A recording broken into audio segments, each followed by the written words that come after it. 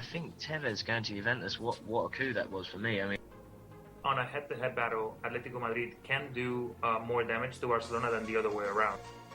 Either he's really blind or he's fixing the match. I can't see it any other way. I'm trying to get Sir Bob on my side here by saying City will win the Premier League. It is an upset. You would expect Man United to go and win there. Over $1 billion was paid in transfer fees between the clubs in Europe. It's football. It's damn football. Like Ferguson said, football. Bloody marvellous. Yeah, well, the celebration was, I can't believe I just scored against Mexico. At one point, Parma, I think it's only like 224 players under contract. Hey, they're going to throw me out of here, fellas. You're going to get me arrested on your show. If you're a serious talent, you're going back and you're playing for Santos. You know, you're going back to play for, like in Argentina, for River Plate or Boca Juniors, or you're going to Europe. He looked like the Ryan Giggs of old. He was more creative than any player on the pitch. He made Mata look stupid. He made Rooney look silly. Now, the Premier League is the most exciting league out there. I think it's probably the best marketed league without a question. When you look at the draw for the Champions League, you kind of say, well, all the pieces kind of fell into place for everybody except City. I am your host, Joe Usello. Sir Bob, Mike Orr, my co-host, Rob Rojas, my trusted co-host, Ben the Machine. Good evening, everyone, and welcome to the delayed start of episode 72 of Low Limit Football. I am your host, Joe Usello, and exhausted from running home trying to make a 6:30 start happening tonight because I knew I couldn't make 6 start. But we are here, we are live, we are on time, and we are ready to rock and roll. First up, my co-host, Rob Rojas. Rob, how are you tonight, man? I'm doing well, Joe. Thanks for asking. Good. Ready for a big show. We got a big guest from South America tonight, my friend, don't we? Yeah, absolutely. Absolutely. I'm excited. I know a couple of times we've tried to have him on, and we weren't able to make it work, but he's coming on tonight, and I'm very, very excited to get to talk to him. So, and that is one Sam Kelly, who we'll have on in about 30 to 35 minutes. Our other co-host tonight, Sir Bob, Mike Orr. Mike, how are you? I'm doing good, Joe. How are you? Good. The other guest that we're having on tonight, certainly right in your wheelhouse, Anto from Beyond the Pitch, who covers everything football, but certainly an expert in MLS, to say the least. So I think we'll have a few questions for him tonight, don't you think? I think so, Joe. I just wanted to say hello to a new listener that I've talked to on Twitter. Her name is Debbie Santos. I think her and her husband are listening. They're from California. I think it's California. Anyways, it's the West Coast, and they're huge fans of Real Madrid, much to Rob's chagrin. And she is a huge Cristiano Ronaldo fan. And she sent me a picture of her husband in with his Real Madrid shirt, actually, with Kay Murray at some event, and he's a huge Kay Murray fan, so I know we've been trying to get her on the show, so hopefully we can. Maybe this will put her over the top. While we're sending shout-outs to people listening, I do see a couple of listeners in the queue. It looks to me like Liam is in the house at the moment. I'm not 100% positive, but I do believe he is there, and he's already retweeted, Champions of England. He's talking about Chelsea tonight, so I see him in the house. And I do see one other person that I don't recognize, but I'm sure that person will chime in momentarily, hopefully. But thanks again, guys. I know you guys are over on the European side of the world and up late at night, and we appreciate you hanging in with us even at the late start tonight. So, Mike, I am going to kick it back over to you quickly. We're going to obviously talk about the 2 championships that were wrapped up earlier this evening or this weekend with Chelsea and Juventus. They were both closed out. And we currently have 3 champions in the fold of the 5 major leagues that we cover in Europe. So we'll definitely talk about them in a moment as the show moves on. But let's talk about tonight's trivia question. Let's see what you've got for us. All right. Hold on one second. And it is, which 4 players who have played in the English Premier League were top goal scorers in the Dutch Eredivisie in the 1990s? Eredivisie in the 1990s. They're currently in the EPL? No. Okay. Oh, but they were. It's 4 players ever, obviously. That's that have led the Dutch league in scoring and have also played in the Premier League. Okay, I've got one, and they've led. Okay, and they've led the EPL in scoring. No, they've played in the They've English just played. Premier League. Okay. They played in the Premier League, but they've been top goal scorers in the Dutch league. Okay, I've got one name definitely. Yeah, same here. How many are there? There's 4. 4. Okay. All right. But it was in the 90s that they led the league. The Dutch league, yes, in the 90s. 90s. Okay. I got one. I have 2. I have 2 at the moment. So we will obviously bring the answer to that question at the end of the show. And a great show it's going to be tonight. So, guys, let's kick it off with our opening topic. I got to talk to Chad. I got to talk to Chad from Two Daft Yanks. Those guys have all the sound bites and stuff like that they use to open segments and stuff. I got to hook up with him to get a couple of sound bites to open some of these segments. But our opening thoughts segment of the evening, brought to you by me, is about we were trying to find a topic to talk about. Nothing really jumped out at us this week in terms of like a thoughts topic. Do you know what I mean? I mean, there was a lot of black and white that happened this week, but nothing really controversial or anything like that we normally like to hang our hat on for 15 minutes. And we still don't have anything in terms of controversial, but we have something that is debatable, guys, wouldn't you say? Yeah. Yeah. So, and the topic of the night is in regards to a championship winning coach from this past weekend, and that would be Jose Mourinho. One of you guys, I forget which one, Mike, it might have been you. Yeah, I think it was Mike. Yeah, that sent me this crazy statistic on Mourinho. I don't know if you have it handy, if you wouldn't mind repeating it. I believe, I'm not positive, but he has won 8 titles in various leagues. 4 leagues, twice with Chelsea actually, so 4 different leagues in 12 tries. 8 championships in 12 years. 8 championships in 12 years, which is unreal. And that doesn't include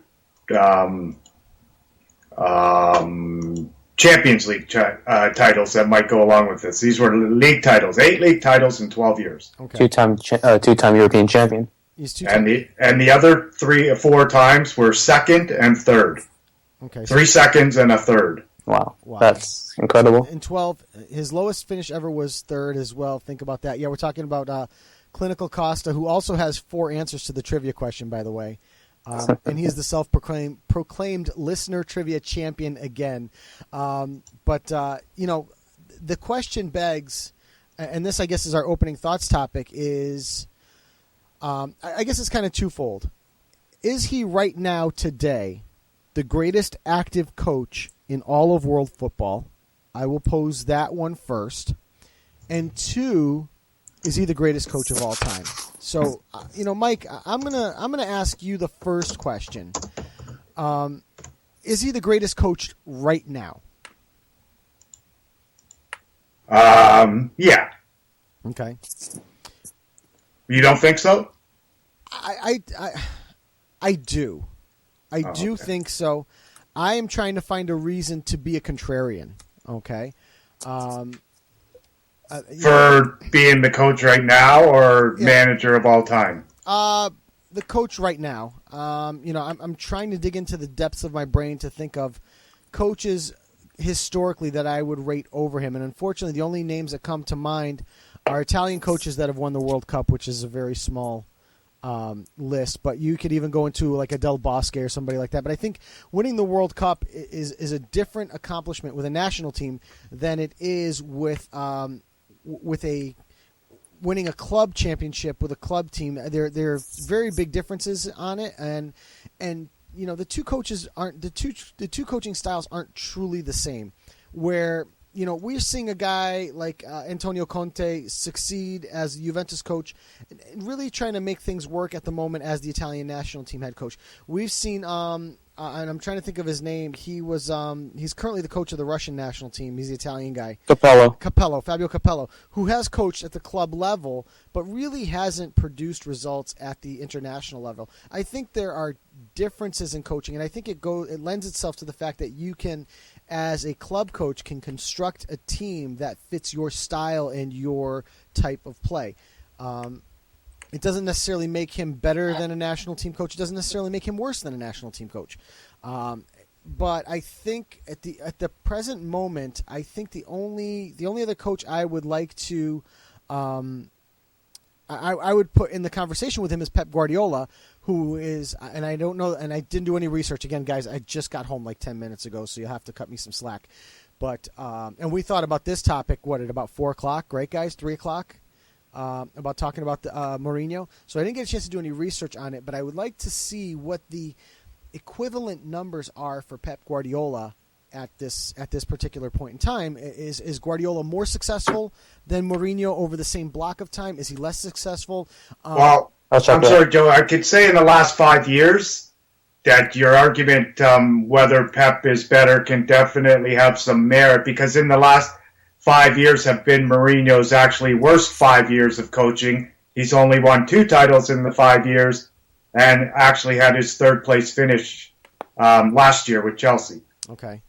So and one thing I do see another listener that we have on, who is Naba from Hound Sport, or actually Page 2 Sports right now. He did text me or send me in Skype an answer to the trivia question. I can see 2 of the names which I actually have written down, and a third that I did not write down, so I will not take credit for it. But Naba, if you wouldn't mind private messaging Mike your answer to the trivia question. This way, we don't get it, because I don't want to cheat, and I still have to think about that 4th one. So I'm not opening his Skype chat right now. I just wanted to mention that. So, and Liam did private me, and he was correct. Yes, of course he was. that man's a genius. Are you kidding me? You probably should hit him up every week for the trivia question. Also, by the way, it was Liam and I forget who else it was, but one other person had mentioned that one of these weeks they want to kind of do a call-in show. I think it was Luca. It was Luca. That's right. It was Luca.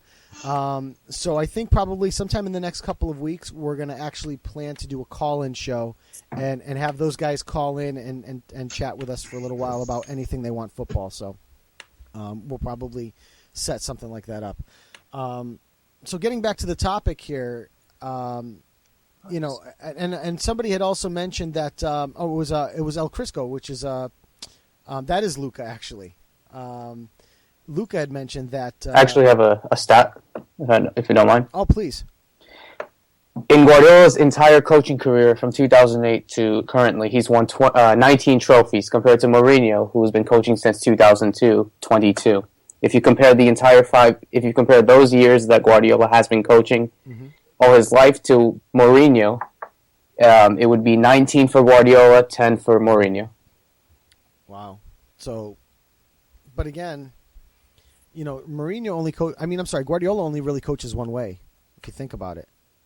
Tiki-taka, right? That's it.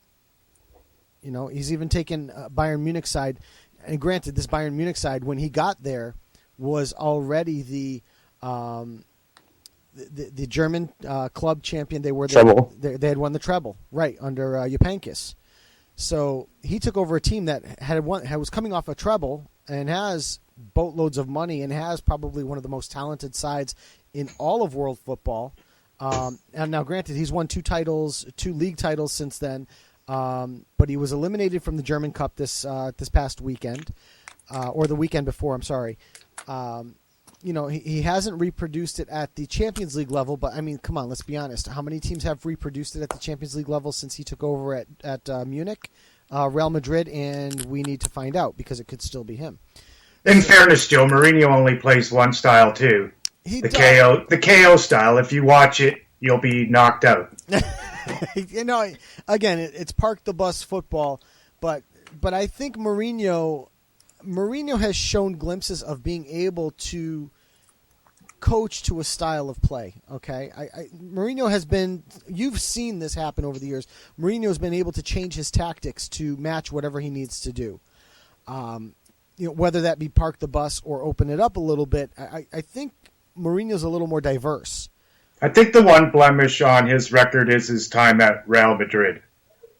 And even that, I mean, But there's only two teams in Spanish football for the most part. You know, Atletico Madrid here and there, but for the most part, especially when he was the coach there, there's two teams, and he finished second twice. So, and Guardiola, I'm assuming, finished first those two times. right. He did. And Liam's also mentioning that Chelsea 6-3 over Everton and 5-0 over Swansea is certainly not parking the bus. I think that the Everton, and I remember the Everton-Chelsea match from earlier this year, which was a ridiculously entertaining matchup. The Chelsea-Swansea thing was pretty one-sided. So, you know, but certainly if you're going to score 6 goals, it was a joke, but I mean, if you're going to score 6 goals in a match, you're not exactly locking it down. You know what I mean? If you know, I know historically when I've played in matches, if we're looking to park the bus and totally lock it up, that game's not getting much further than 2-1, period. If we want to open it up and score a bunch of goals, you do that. And he has the team that's capable of doing both, but my point is that he's capable of coaching to both styles. So I find it hard to disagree with Mourinho as the greatest active club coach right now today. I find it very hard to argue against it. Luca also brought up, in terms of all time, Fergie gets the title as the greatest coach of all time. I would also agree with that, but you know, also looking at Sir Alex Ferguson is another guy that's had a lot of money at his disposal, one of the most powerful football clubs in all the world at his disposal. He's been there, the longevity there. You know, I agree as well. Okay, but Fergie did it while he was drunk. And Arsene, that's pretty impressive. And Arsene Wenger was successful smoking cigarettes. I mean, you know, where do you go with it? But I definitely see Fergie as the greatest of all time. But Mourinho has certainly got to be on the Mount Rushmore of club coaches, don't you think? Yeah, and one still has a long way to go, I would assume. Well, yeah, absolutely. I would certainly. Mourinho's gonna be coaching another 20, 25 years. We're really just starting to scratch the surface of his coaching career, don't you think? And Guardiola's probably going to be more. And Guardiola's going to be more, and Guardiola might, you know, dethrone Mourinho or Sir Alex at that point if we move on any further. And wouldn't it be great if he did it in the right half of Manchester? Won a whole bunch, comes and wins a whole bunch of titles and becomes the best manager ever. You're talking about Pep? Yeah. Yeah. On the blue side, correct? Yeah, well, yeah, of course. Never a dull moment. And right on cue, James Hart, Victor Scamorza is in the house, and listening in, and I'm sure he would agree that as a Stamford Bridge supporter, Jose Mourinho, the greatest coach of all time in the history of the world, ever and ever. Amen. Probably not that far, but I'm sure he'll go somewhere near there. You know, so we've James Hart confirmed, greatest coach ever, according to James Hart. So, any more closing thoughts? You know, where Mourinho stands all time in the world. All time in the no, not all time, but right now the best. Right now the best. Rob?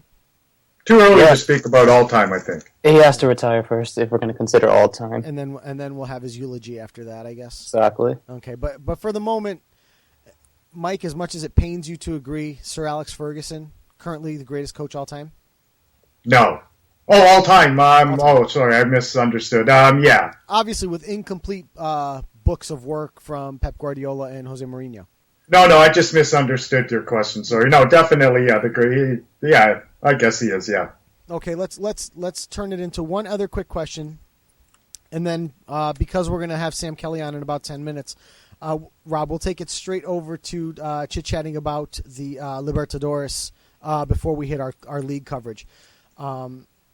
Any coaches that you currently see out there in the coaching world, whether it be at the national team level or at the club level, that you would say, you know what, that guy is probably going to put his name in the conversation sometime in the next 10 years? Anybody that you guys can think of offhand? I'm trying to rack my brain for from any league. From any league. Oh, I can see Carl Robinson from Vancouver in the MLS in England in the next few years. Okay. Maybe not in the Premier League, but definitely, Championship League. Okay. Rob, how about you? For national team, and It doesn't matter. Any coach that in the next 10 years, we're going to sit there and we're going to say, you know what, Jose Mourinho, greatest of all time, Pep Guardiola, in the conversation, and then Coach X. Oh no, I misunderstood again because I'm not putting Carl Robinson in that category. No, I want the next Jose. Oh, Mourinho. okay, sorry. I want the next Sir Alex Ferguson or the next Pep Guardiola. I want that guy. Somebody that that's the thing. That's the thing. The thing about South America is that there's so many various coaches around the continent that are experienced. There aren't various new ones. Okay, you have one River Plate's coach who won the Sudamericana, Marcelo Gallardo. Okay, that could be one. Who won the league. The Boca Juniors coach currently, Rodolfo Aroabuena. He's a coach, and he's very young. He's like in his 40s. And it doesn't have to necessarily be South American. It could be a guy coaching in the Premier League right now, or a guy coaching in La Liga. I'd like to see where Klopp ends up. Yeah, Jurgen Klopp. I think that one stands out. See where he ends up, because if he ends up at one of the big 3 or 4, he's going to win a lot of titles. I'm just sticking to the topic. I think one coach that gets overlooked a little. You talk about all these great coaches with their tactics. You got Mourinho, Guardiola, Cruyff when he was a coach, Ferguson, etc. What about a certain Marcelo Bielsa? Okay, and that's a great one. That's a great one to bring up because he's crazy.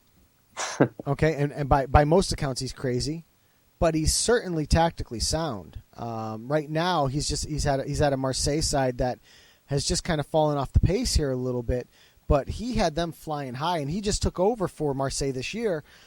That's a guy I would be curious to see where Marcelo Bielsa is in 10 years. Let's take.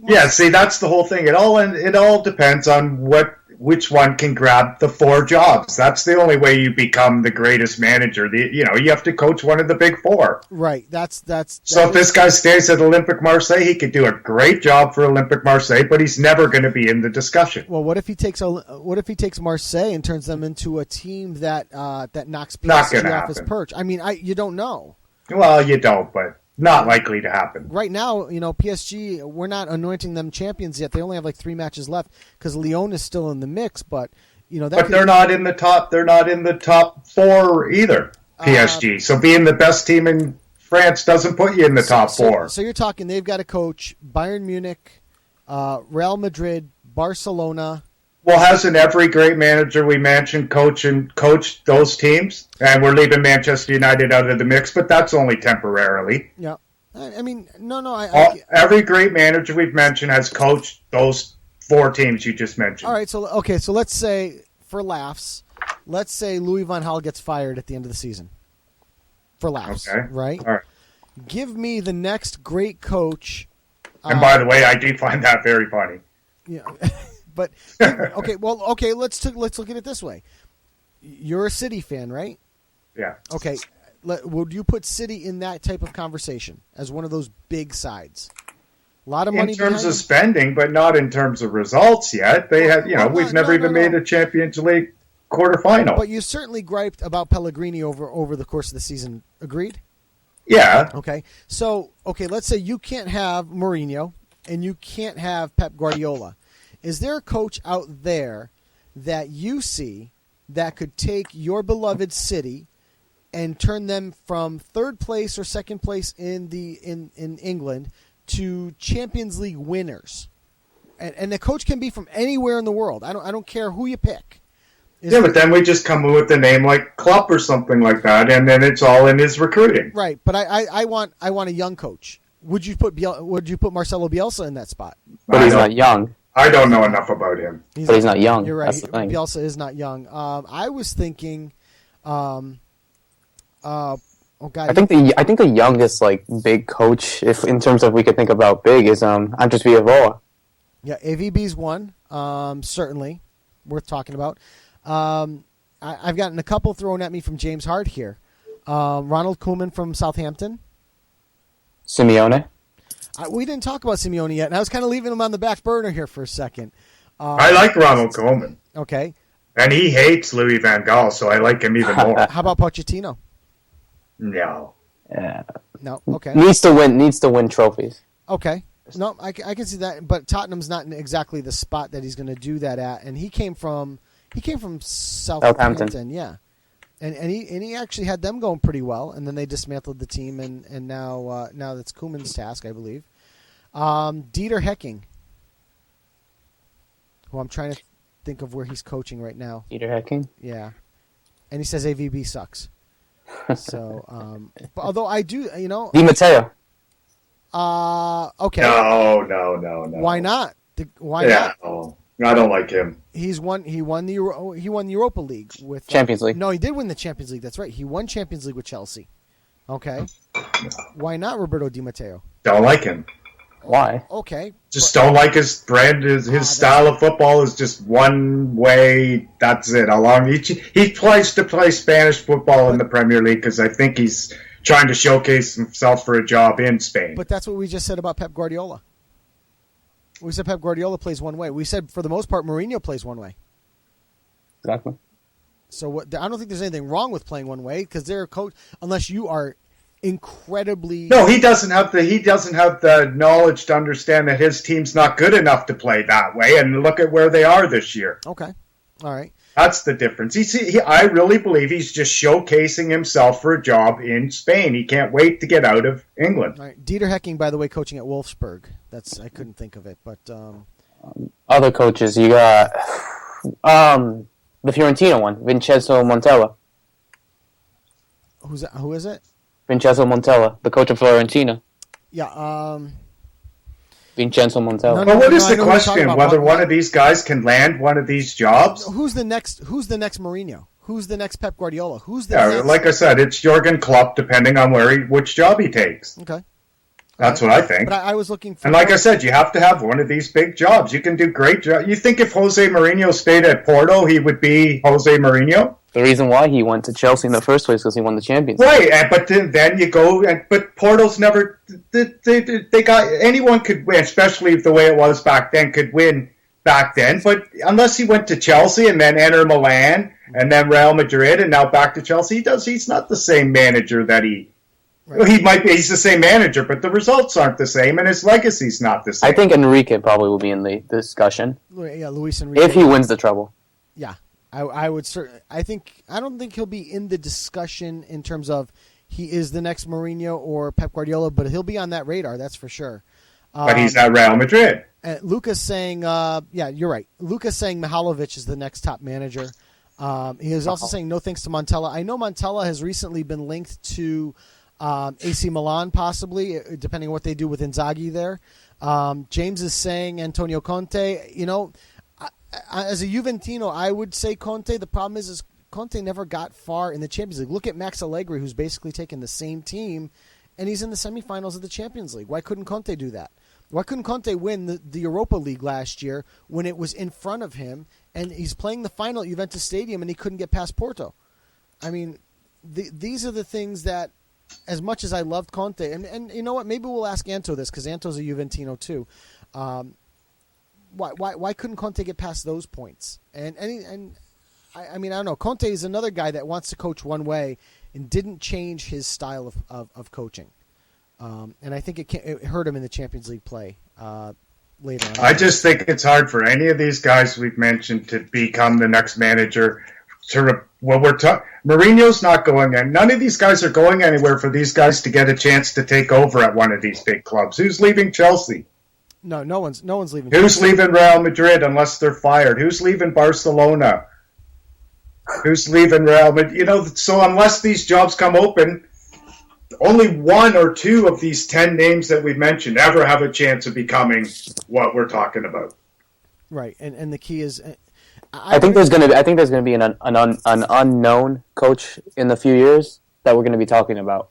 Yeah, and that's my point. Is I'd like to see if we could possibly guess our way into figuring out who that guy is. That was almost my point of the question, was to say, okay, that next guy is like we said, Montella at Fiorentina. James Hart's telling me Lucien Favre from Mönchengladbach. The best name I heard and that I agree with is Ronald Koeman. Okay, he's not young, but he never had a big job, probably going to come along for a big job at some point, and I think he'll do well. I'm just messaging. Don't you think he's a good manager? Ronald Koeman, absolutely. Yeah, absolutely. Absolutely. There's no arguing that point. And just want to let you know, Sam will be ready for us in just a couple of minutes, so we'll have him on. So while we're waiting for Sam to get settled in and ready to speak to us, Rob, let's go look at the Copa Libertadores. Obviously, we're in the round of 16 right now. And actually, he's telling us that he's ready right now. So I will probably just add him in quickly at the moment, I think. So we might as well get that over and done with. Let's see. So, but did we all agree that he is the best manager right now? Is that the consensus? Yeah. Yep. Yeah. I think so. I like I said, I think. But you think it's a really close horse race, Joe, right? I do. I do think Guardiola is definitely somebody that is on the radar, and clearly the very short-term results indicate that Guardiola is just as good, if not better. But I think right now, given the bodies of work between the two coaches, I think Mourinho is that guy. But I think that the decision is very, very, very close. Don't you think? I agree, and I just hope that Pep Guardiola has his next success in Manchester City. Yeah. So, gentlemen, I'm going to end our opening thoughts topic here, because joining us now on Low Limit Football is Sam Kelly. Sam, this is Joe Usello. How are you tonight? I'm good, Joe. Thanks. How are you? Good. We're really, really thankful you can join us tonight. We're really excited to have you, and excited to kick off our Libertadores discussion and start our show with that tonight. So first and foremost, before we even get into Libertadores, because we're going to get a rematch this Thursday of this match, give us your opening thoughts on the exciting 2-0 Boca Juniors victory last night over River Plate. Well, the opening thought above all is that being a sympathiser, let's say, rather than a born and bred fan, but someone for whom River are very much my club in Argentina, is disappointment, because it was going so well and it looked like both sides were quite happy to settle down and settle for a draw in view of the two matches that are coming up in the Copa Libertadores. And then Boca got a couple of late goals, which kind of ruined things a little bit. Obviously, a draw is never entirely satisfactory in a derby of this magnitude. But I think at the end, both teams ultimately would have settled for it. And yet it's not what ended up happening. But Boca hit River with a couple of sucker punches late on. At the end of what it has to be said was a pretty entertaining match overall. Generally speaking, Super Clásicos are kind of, let's say, attritional. There's a bit of a rarity in terms of seeing actual good football, genuinely good football. But last night's, for the most part, for I'd say about the first 60 to 70 minutes, was fairly decent stuff. And after that, it started to become a bit turgid. And just as it was starting to get past the point where a goal would significantly liven the match up, one finally came along. Yeah. Now, obviously, these two teams are not strangers to each other at all, and have played. I think the last figure I heard was they've played each other 140 times. Isn't it somewhere in that neighborhood of how many? It probably is. I mean, the figure that I saw on television earlier was 287, but I'm almost certain that includes friendlies, of which there have been at least 120. So 140 to 150, 160-ish sounds about right, yeah. And they play anything but friendly, that's to say the least. But obviously these teams have no secrets between the two of them. So what kind of changes can we expect to see on Thursday night in the Copa Libertadores match? In terms of personnel, I think that there are going to be probably more changes on Boca's side than on River's. That's because Boca strengthened very well over what is, of course, in Argentina, the summer break, but for you guys, the winter break, January, February, December. They brought in a fair number of new players and have got a very deep squad, which is something that River don't have the luxury of doing. River are very constrained at the moment by economic factors. They have a massive debt. I mean, most clubs in Argentina have a massive debt, but River's current board of directors are determined to try and write theirs off. And so for River, I'd be surprised if there are too many changes. There'll certainly be one or two changes to the starting lineup. It wouldn't surprise me, for instance, if one of Leonardo Pisculici or Gonzalo Martinez came in, possibly replacing Sebastian Driussi in the midfield. Fernando Cabenaghi might well start ahead of I would think more likely ahead of Teo Gutierrez than of Rodrigo Mora up front. Boca have got the personnel if they wanted to, and if they were prepared. It has to be able to take a bit of a risk to change 11 players in the starting lineup from last night. The obvious one, I would guess, particularly given how the match went yesterday, would be that they'll probably bring in Fernando Gago, except that this morning he limped out of training with a knee injury. So in terms of the major changes to be made, a lot of it depends on these kind of things, on who gets injured, who stays fit in the next few days. There are people currently saying that Gago should be fit to play. There are others saying, oh, well, he's all up in the air, he's a bit of a doubt. Nobody's going to really know until the team sheets are confirmed. But the major changes, I think, as I say, you're more likely to see changes on Boca's side than on River's side. But there will be a few in key positions on each team, I would think. Yeah, and Boca, keeping in mind in terms of Libertadores play, the only team to go undefeated in their group stages, so certainly the team to beat moving through the tournament from here, I'd say. I'm going to say yes and no. Boca have had a reasonably kind fixture list in 2015 up until the last couple of weeks. Their Copa Libertadores group was very fortunate for Boca, let's say. A team of Boca's strength to get drawn in a group that was that weak. I thought that they were rather lucky. As I say, I am a River sympathiser, and so I'm going to counter that by pointing out that River's group as well was one that River should have qualified from very comfortably. They had rather more travel time, but in terms of the teams facing them, and considering the style in which River won the Copa Sudamericana, the continent's second-tier contest last year, River should have qualified from their group comfortably, and they didn't. They got a few bad results, not always bad performances, but loss of concentration at crucial moments and whatnot. And so, Boca kind of come into this knockout stage as very much the team to beat, but at the same time, there's a bit of a sense that both in the league and the Copa Libertadores, until last night certainly, and arguably a couple of weeks ago when they played Lanús, who were the first team in the top half of the Argentine Championship, which of course this year means the top 15 of the Argentine Championship, because as I'm sure you've discussed previously, yes, it's expanded to 30 teams, which is ridiculous. Entirely different conversation to have. Yep. But Lanús were the first team who are currently in the top half of the Argentine Championship that Boca had played. So Boca played their first 9 league matches, as well as all 6 of their Copa Libertadores group stage games, without really playing anybody who was going to test them. And so, on the one hand, this last 16 tie is very much a step up for Boca. Of course, it's a step up for River as well, and River need to step their level up, particularly in the continental competition. So Boca kind of yes and no the team to beat. I would say, although they didn't go unbeaten through the group stage, I actually think that Corinthians were the team that impressed me most. I think they ended up qualifying as second seeds, the second best group winners, but in a much, much, much tougher group than Boca had. But I know you want to talk about the Super Classico first of all. So of course, absolutely. So I am going to send you over to my co-host Rob. I know Rob covers South America for the most part for us, spending a week in Paraguay just a couple weeks ago. So I'm going to turn it over to him. I know he has a bunch of questions for you. So Rob, take it away. Yes, hi, Sam. First of all, I just want to thank you for being on the show off the recommendation from a good friend of yours, Ralph Hanna. Yeah, I know Ralph. I wouldn't say I would know Ralph well, but he's over in Buenos Aires every few months or so, and get on with him very well. Okay. Yeah, absolutely. He's a good guy.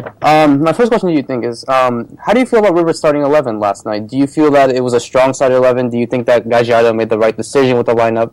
And is there anything that he would have adjusted, and so on? Last night's match was tricky, because on the one hand it's a Super Classico, and so it's impossible to say, you know what, this doesn't matter, there are bigger challenges ahead. But on the other hand, there were bigger challenges ahead. And so he was kind of in a catch-22 situation where you can't just play a weakened team because you're River Plate and you're playing Boca Juniors. But at the same time, there is a recognition on both sides that ultimately the 2 matches that are coming are the 2 that are more important than last night's game. From that point of view, and with my kind of, let's say, slightly detached head on, because as I said at the start of the show, River are my Argentine team, but it's not like I've been born and brought up in Buenos Aires. It's not like they're my first team and the team that I really want to win more than life itself, kind of thing. I kind of feel like last night's 11 was a fair enough shout. I might have put Leonardo Ponzio in ahead of Matthias Kranevitter in central midfield, based more on current form and perhaps on style of play as well. Ponzio's perhaps slightly better adapted, in my view, to an away match. Kranevitter is a player who circulates the ball a lot more, whereas Ponzio is better at breaking things up. But aside from that, I didn't really have too many complaints about the starting 11. I mean, Teo Gutierrez's place and how vital he is to River is questionable. But as it was, he gave a fair showing of himself last night. He almost set up Carlos Sanchez for what would have been a sensational goal shortly after half-time. When Sanchez hit the crossbar, he looked lively. I might have put Kavanaghi up front, but apart from those two changes, Ponzio for Kranevitter and Kavanaghi for Teo, both of which might happen on Thursday, of course, I don't think that I'd had many complaints really about Rivers 11 last night. Okay. Leading up to Thursday's matchup in the Copa Libertadores, what do specifically Marcelo Gallardo and Rodolfo Buena have to do to, I guess, get the victory that they deserve on the first leg? Gallardo has to... In a way, I think that team talk-wise, Gallardo's team talk is possibly easier on Thursday than Alvaro Barrena's, because Gallardo has got an excuse to give his boys a kick up the backside, to tell them they've got to improve and to point out exactly where they have to improve. Because for me, last night's match was fairly even for the most part, and it was a case of River failing to capitalise on some chances they had, particularly early on in the second half. They should have done better during that spell of the match. And Gallardo, of course, also has the luxury that his team are going to be at home on Thursday. He has the added pressure of knowing that the second leg is in La Bombonera, where Boca are very strong and very difficult to beat, whoever the opposition are. And therefore, that really on Thursday they need to get the results. But I would rather be Gallardo. I think that you need to sit the players down to point out exactly what went wrong and also what went right on Sunday, and to get them better focused. Whereas Alvaro Barrena has got, in a way, a slightly trickier team talk, because he's got to try and get his players playing on something like the same level as they were last night. He can't, after a 2-0 win, although the goals came late, it's slightly harder for him maybe to say, guys, there are things you can improve on here. We need to do this and this better. The obvious point for Alvaro Barrena, the thing that he actually can point to and say, this needs to be better, is that the passing from midfield before Fernando Gago came on for Boca was atrocious, particularly the start of the second half before Gago came on. They were giving River a lot of balls away cheaply, and I think that was the main change in the match last night. Gago came on and Boca almost immediately stopped giving away possession, and ultimately that's what ended up turning the tide. But both managers, I think, are going to want to treat Thursday's match as almost entirely separate as far as they can, which is difficult because at the same time you have here a rabid Argentine media who are determined to do anything but that, who are determined to treat it as the second chapter in this enormous trilogy that's exciting the whole country so much. All right. Obviously, we know River played with the Copa Sudamericana champions back in December by beating Atlético Nacional 2-0, and before that beating Boca Juniors in the Super Clásico. And now within the 2015 Copa Libertadores, we see River Plate being the 16th last seed in the Libertadores and struggling to almost get out of their group with a relatively easy one, if I must say, and Boca just, I guess, wiping the floor. What do you think happened to River Plate that, I guess, turned this, massive transformation from a Sudamericana champion to almost getting out of their, almost nearly getting eliminated in their group? And for Boca, what do you think transformed that team to be, I guess, considered one of the best in South America at the moment, if not the best? Okay, first, for River, I think two things. First of all, I think they got slightly complacent. As I said at the top of the segment, they don't have an economy at the moment that's allowing them to really tear down the squad and rebuild it every 6 months. They can't do that, so they had to rely on a core of the same players. And I think to a degree, some of the players started the season just looking slightly less hungry. And obviously, I watched all of the league matches as well. And although they've had good results in the league up until last night, they haven't looked on quite the same level. And so that's the first consideration. And the second would be that the first tie that River had in the Libertadores group stage was what at least those of us watching and relatively neutral would have looked at beforehand and said, that's in a way the most difficult, because they were playing San Jose in Oruro, 2.2 miles above sea level, and altitude has a massive effect on these things. Obviously, it's something that doesn't come into effect so much, well, at all really, in the European Champions League, not so much in the CONCACAF Champions League. When you have sides from Brazil and Argentina, particularly near sea level, going up to Bolivia and Ecuador in the Libertadores, we're used to seeing these kind of results. The fact that it was the first match for River and that San Jose ended up in a way similar to last night with 2 late goals to win 2-0, if I remember correctly. And the subsequent reaction was to just pile all of the pressure on for River, when River then had a not disastrous performance, but only a draw in their first home match of the campaign as well, thanks to a major defensive blooper from Ramiro Funes Mori. It was the kind of thing that was kind of, you look at it and you think, okay, either one of those 2 matches in isolation in an otherwise acceptable group stage would have been written off as just that's a shame, but it's understandable. The fact that both of them happened in the same group campaign and that they happened in the first 2 matches of that group campaign suddenly pile a load more pressure on, and suddenly it becomes a self-fulfilling prophecy where the players are going to the next match and they make another stupid cock-up and all the rest of it.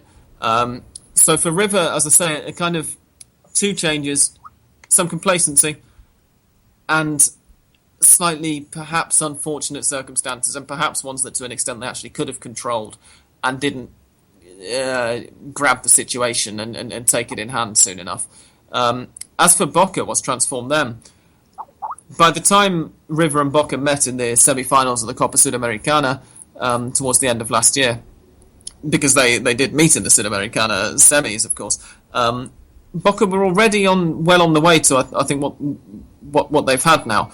They were sometimes lacking a little bit of experience and of confidence from playing against genuinely high-class opponents. And I think that whilst they haven't had too many tests so far this year, they have got a lot of confidence back in the game now. That might be because of the easy fixture list to an extent, but it's also a case of once you start winning and you get on that roll, again, like River's poor roll at the beginning of the group stage, it becomes a self-fulfilling kind of thing. You know, you're feeling good about it, you're going into the match confident, and one draw here or there isn't going to knock you off that stride. And it's much easier to keep going. So I think morale plays a big part in how both of these teams have started, because the truth is, there's not an awful lot between them. And in fact in the league, last night they were going into it joint top of the league, and yet Rivers, and both in the last 16 in the Libertadores, okay, very different group campaigns, but both in the last 16, and yet the atmosphere around River was totally different to the atmosphere around Boca. Okay. Sticking to the Super Classico, I just have one more question before I pass it over to Joe. Ideally, in your opinion, do you believe the Super Classico is the biggest derby in the world? I suppose in a way it's my duty to say yes, because I'm an Argentine football expert and it's how I earn a certain amount of my money from picking it up. But, I mean, how do you define the biggest in the world, really? It's a massive derby in its own right. It absolutely paralyses this country. And to an extent, so not absolutely paralyses, but there are people around the rest of South America who pay a lot of attention to it. Whether it's the biggest derby in the world, I mean, there are different measurements, aren't there? You've Barcelona, Real Madrid, you've got certainly the money is a hell of a lot bigger in pretty much any of the European derbies, really. I would say, let's put it top 5, and I'm not sure really that I could put those top 5 into any kind of hierarchy, if that makes sense. It's up there. And for me, I think sometimes that's enough. It's kind of like asking whether Diego Maradona or Pelé is better and whether Lionel Messi is on the same level as them. I mean, let's just enjoy it. Is the attitude I try to take most of the time. Yeah, absolutely. It's like one of those Messi-Ronaldo debates, basically. Precisely, yeah. I mean, the answer I just gave is probably not the answer that you were hoping for, but it's the answer I have, and I understand why people want to make these lists and try and put everything in an order. But unfortunately, in my opinion at least, it's not always like that. And I mean, I just hugely enjoy the atmosphere. Even in Buenos Aires, when I'm not able to go to one of these matches, when it's on, it's a hell of a lot of fun. It's and that ultimately is what we're in this game for, right? Yeah, absolutely. I mean, I think every fan's dream is to go to La Bombonera or to Monumental, especially for one of those type of matches. Yeah, it's an incredible experience. I've not been to La Bombonera for a Super Classico. I have been for a league, a non-Super Classico, let's say. It was Boca San Lorenzo, shortly after I moved there. And I've been to Rivers Ground, obviously, a fair few times, and 2 of those matches have been Super Classicos. And it is just... Yeah, it's jaw-dropping, the atmosphere and the experience. It's incredible. I can only imagine. Thank you, Sam. I'm going to pass it over to Joe. Yeah, thanks, Rob. Sam, I was going to add my 2 cents, and as an Italian, I would put Derby della Madonnina up there at the top from the Milan Derby, and I know our co-host Mike would probably put the Manchester Derby up there. So, but I've seen... Well, I'm a Manchester United fan myself, so, I'm not going to... maybe the Derby with City is... not always been the most foremost in most United fans' minds over the last couple of decades, particularly. But it's definitely up there for atmosphere. I'm going to say, in terms of atmosphere, I don't think anybody beats the Boca Juniors River Plate in matchup, the Super Classico. There are some. Sorry to interrupt, but there are plenty of people in Argentina would say it's not even the best atmosphere in Argentina for a derby. In Greater Buenos Aires, you have two more of Argentina's big 5. The big 5 is River Plate, Boca Juniors, San Lorenzo, and Racing and Independiente. And when Racing and Independiente play, that is certainly the second biggest derby in the Greater Buenos Aires region. I've not been to one, but I'm told that the atmosphere there is just spectacular, and probably the best atmosphere, what Argentines will frequently tell you, and I've even had some River and Boca fans tell me this, is in Rosario when Central play Newell's Old Boys. That's supposed to be the most off the hook, let's say, of all of them. I've heard that about that particular matchup, but I've got to say the last time I watched Boca River when I watched the full match, I believe they played it at La Bombonera the last time I watched, and I think even last night's match was at La Bombonera as well. It was. It almost feels like you could take your television plug and just put it near the TV screen and power the house. I mean, the electricity that just flows out of that screen is amazing. So I'm going to have to make sure I watch some of these other matches because the electricity that comes out of that match, I don't see in the Manchester Derby. I don't even see it in El Clasico, to be honest with you. I thought the excitement of the crowd and the passion of the crowd just physically comes through that television, and it is... Yeah, you won't see it so much in England, certainly, where the noisier fans have been priced out. And in Spain, I've not been to a Barcelona Real Madrid, but I've been to a fair few games in Spain, just league matches. And what you see in Argentina, just for a run-of-the-mill first division or even second division league match, the atmosphere is a hell of a lot louder than you will hear in a Premier League game or in a La Liga or Copa del Rey game, definitely. Wow. I want to actually turn the focus back to the Libertadores, but I want to talk about a team that you just mentioned from Buenos Aires. The other 2 teams basically from Argentina that are in the round of 16, they are Racing and Estudiantes. Give us, obviously the matchups between the two, Racing has a little bit of an easier path against Montevideo Wanderers. Estudiantes has got a little bit of a tougher climb by ranking against the Colombian side Santa Fe, who, though I just looked, I believe they're currently 6th in the Primera let me just take a look. I'm sorry, they're 5th in the Primera in Colombia. So give us a quick little preview on those 2 particular matchups and what do you expect out of them? Okay, obviously Wanderers, Montevideo Wanderers, I saw a fair bit of because they were in Boca Juniors group. And I agree with what you say there. I would make Racing favourites for that tie, not only because they have the second leg at home, but because Racing, in their meaningful group stage matches, looked pretty switched on. They looked like they knew what they were doing. They didn't always have the most testing opponents, but they coped with them well. They got the job done, got a few goals scored, and qualified in pretty impressive form. Their last couple of group matches they knocked off a bit, and they sort of looked slightly distracted. But by that point, they were already pretty much through. They weren't mathematically certain, in fact, until the last match was over, but it would have taken an incredible turnaround from 2 of the other teams to finish above both of them above Racing, and so they already knew that they were through. I've made Racing favourites for that. Against Independiente Santa Fe, for Estudiantes, I have to confess to not having seen Independiente Santa Fe in this Copa. The reason for that is that they were not in a group with an Argentine side, and I have just for the first time moved in with my girlfriend, who is finding it most unamusing that I have to watch quite so much football, and as a result I've been giving myself basically matches that don't involve Argentine sides in the Libertadores I haven't been paying much attention to. So against Independiente Santa Fe, I'm less certain. And the other point is that Estudiantes themselves at the moment are somewhat of an unknown quantity, even for those of us who watch them regularly week in, week out in the Argentine league, because they replaced their manager.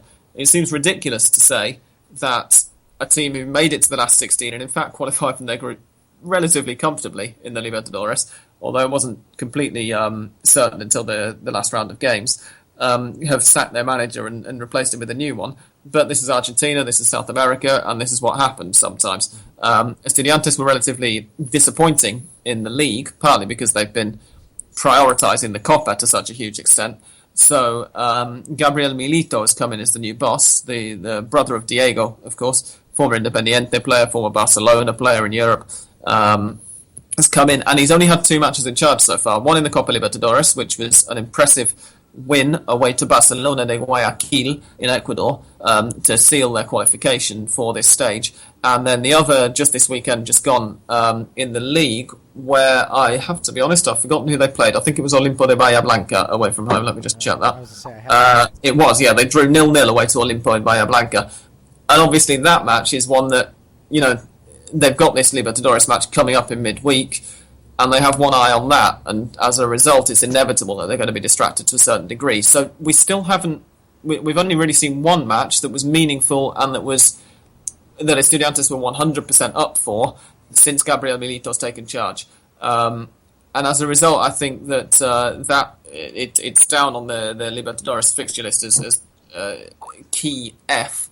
So the last of the last 16 ties is, at least the first leg is certainly wide open from my point of view. I'm going to be discovering something about Independiente de Santa Fe, and also discovering a little bit more about Gabriel Milito's new look Estudiantes side. Right. How about just to further the discussion of the round of 16 here? Obviously, 5 Brazilian sides, 4 Argentinian sides. Who else do you see challenging for this title? I mean, a lot of us want to pin our hats on Boca Juniors at this point, but who else would you want to put in the discussion, whether it be any of the Brazilian sides or even this Tigres side that is currently up 2-1 on Universitario in their 2-15 matchup? Is there anybody else that you'd want to talk about? Yeah, the first leg of that Universitario versus Tigres tie was held last week, obviously because of the Mexican playoffs that Tigres are involved in, and that was actually the first match that didn't involve any Argentine sides that I caught in its entirety of this Copa Libertadores. And Tigres, it's tricky to say in that tie because on the one hand, Universitario de Sucre are not the most impressive team. But on the other hand, they're playing in Sucre. As I said earlier, with regards to River, altitude is a huge problem for sides who aren't used to playing at it at the Copa Libertadores. And in those terms, Tigres actually looked very impressive, particularly because they were 1-0 down at half-time and they came back to win it 2-1. They kind of got their house mixed up because normally teams who are playing at altitude and aren't used to it fine in the first half and fall away in the second, and Tigres did it the other way around. I'd still be surprised if they went all the way, but certainly they were the side who topped River Plate's group, and they looked a hell of a lot better than many were expecting them to, including one of my friends who is a part-time Mexican football expert. He wasn't expecting much from any of the Mexican sides, and he was slightly surprised by Tigres. Atletico Mineiro Internacional as an all-Brazilian tie is going to be an interesting one, but I think that the two sides, other than Boca and indeed River, because whoever comes through that tie has got to be among the favourites. But the two other sides that I would keep an eye on are Atlético Nacional, the Colombian side who lost to River in the final of last year's Copa Sudamericana and have been very, very consistent in last year's Copa Libertadores. They were one of the more impressive sides up until they were eliminated. If I remember rightly, in the previous years, one of the two Copas, I can't remember which, they also look very good. and Corinthians, as I mentioned already, who qualified ahead of San Lorenzo, the defending champions who were eliminated in the group stage, and of their own city rivals, San Paulo, to win Group 2. I thought Corinthians looked really good, and they're going to be certainly in the discussion. But the Brazilian side's very big step up from last year when they were really struggling. I don't think any of them made the quarter-final, if I remember rightly. So to have 5 of them in the last 16 this time round is a massive improvement in the space of 1 year. And they're certainly going to have an awful lot to say about who does win it if it's not one of them. I would agree. And it is impressive to look at, of 16 sides left, one-third of them, pretty much one-third of them are Brazilian sides. It was something to see. And really, this is a competition dominated by Brazilian and Argentinian sides, and that's kind of where the strength is in South American football as it is. But it's nice to see you've got, I believe it's 2 Colombian sides. I would have expected more. I'm surprised not to see any Chilean sides move on to the round of 16. But the Chilean sides have had a funny campaign because Universidad de Chile, who have been the standard bearers of Chilean football in continental level for some time, have basically had a very poor year. They were awful in the group stage. They were disappointing in Asia Sudamericana, and from what I've heard, at least from my friends in Chile, they haven't looked particularly great in the league either. It's been very mixed all round for them. Yeah, it looks like just looking at the 3 teams that were in there, it looks like 11 losses between the 3 teams: Colo-Colo, Universidad, and the last one is Palestino. 11 losses between the 3 sides in the group stages to eliminate them. So I'm going to run you over back to Rob. I know Rob has 1 or 2 more questions, and then we'll finally let you go. And again, thank you for joining us. We really do appreciate it. So Rob, go ahead. Yes, hi, Sam. I'm just wondering, you were leading back to San Lorenzo, the defending champions, who were unable to get out of the group. Why is that? What do you think contributed to San Lorenzo's failure of getting out of the group? I know it was such a hard group, but what do you think contributed to that failure? I think the major thing that contributed to it was the fact that they got drawn in the group of death. Corinthians and San Paulo, with also Danubio as the 4th team in that group, who ended up finishing bottom. Danubio are a side who perhaps your listeners haven't heard much of, but they are kind of the 3rd biggest club in Uruguay. Obviously, there's a very, very big difference between them and the 2 giants in Uruguay, Nacional and Peñarol. But they're there on merit. They were in the Libertadores, that is to say, on merit, having won the Uruguayan Championship. And if you're not Nacional or Peñarol, that's an incredibly difficult thing to do. And indeed, they beat San Lorenzo in the final group match, which didn't end up mattering, because even if San Lorenzo had won that match, they'd have gone out anyway due to the result in San Paulo between San Paulo and Corinthians. But it was a combination of that, being drawn in the groups in the group of death, and also just a kind of lethargy about the team.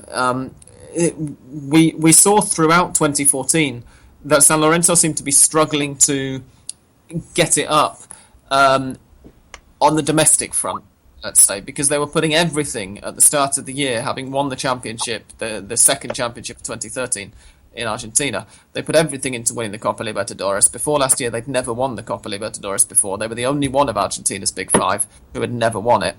And they managed it by almost neglecting the league campaign. And then once they had won it, of course, as happens in South America, everything, all of the focus then switches for the side who won the Libertadores to the Club World Cup. What's going to happen with this? Are we going to go there and be able to give the champions of Europe a good game? We have to at least kind of hold up our end of the bargain by not embarrassing ourselves. And as a result, San Lorenzo didn't really pay much attention to the league either. It was a very slow start because I think they had a bit of a hangover as well. The Libertadores final was played so late that San Lorenzo had to have their first league match delayed of last year's last championship because of the World Cup. Of course, the semi-finals and final of the Libertadores were played after the World Cup. So that was some of it. They took a while to get going, and then when they finally did get going, the Club World Cup's just around the corner, and suddenly everybody's playing not to get injured, not to miss out on this chance of a lifetime against Real Madrid. And in a way, I think that's affected their momentum. They've been a side who haven't got much momentum. They didn't make many changes over the summer break, and as a result, they're perhaps just being a little bit complacent the players who are already there feel, well, we've won this already, we're going to go down as legends in the club's history anyway because we've got this first ever Libertadores, and then they get drawn in this incredibly difficult group, and found it very difficult to step the level back up, having let it slip. That for me was ultimately what cost San Lorenzo. Okay. Do you believe that you feel that maybe the Club World Cup will possibly be played back into the Intercontinental Cup, where it's just the champion of Europe and South America? I've not heard anything along those lines, and I hope that it's not, actually, because I quite like the current format. I mean, it's obviously not a competition that means an awful lot in spite of its name, but it is nice having representatives from each continent. I like it, and so I hope that it doesn't. It's also it's something that people might talk a little bit more about if all of the Club World Cup finals since the new format came in have been Europe against South America. But of course we have had a couple of the South American champions getting knocked out. And so that, I think, adds to it, and it gives more of a suggestion that maybe the other continents are sides who actually do deserve to be there on their own merit as well. And so, no, I wouldn't have thought so. I've not heard anything about it, but I hope that it remains as it is. Okay. I would like to talk about a discussion about River Plate and Independiente personally. Their relegation. What do you think contributed to their relegation, especially being big clubs in their respective province in Buenos Aires?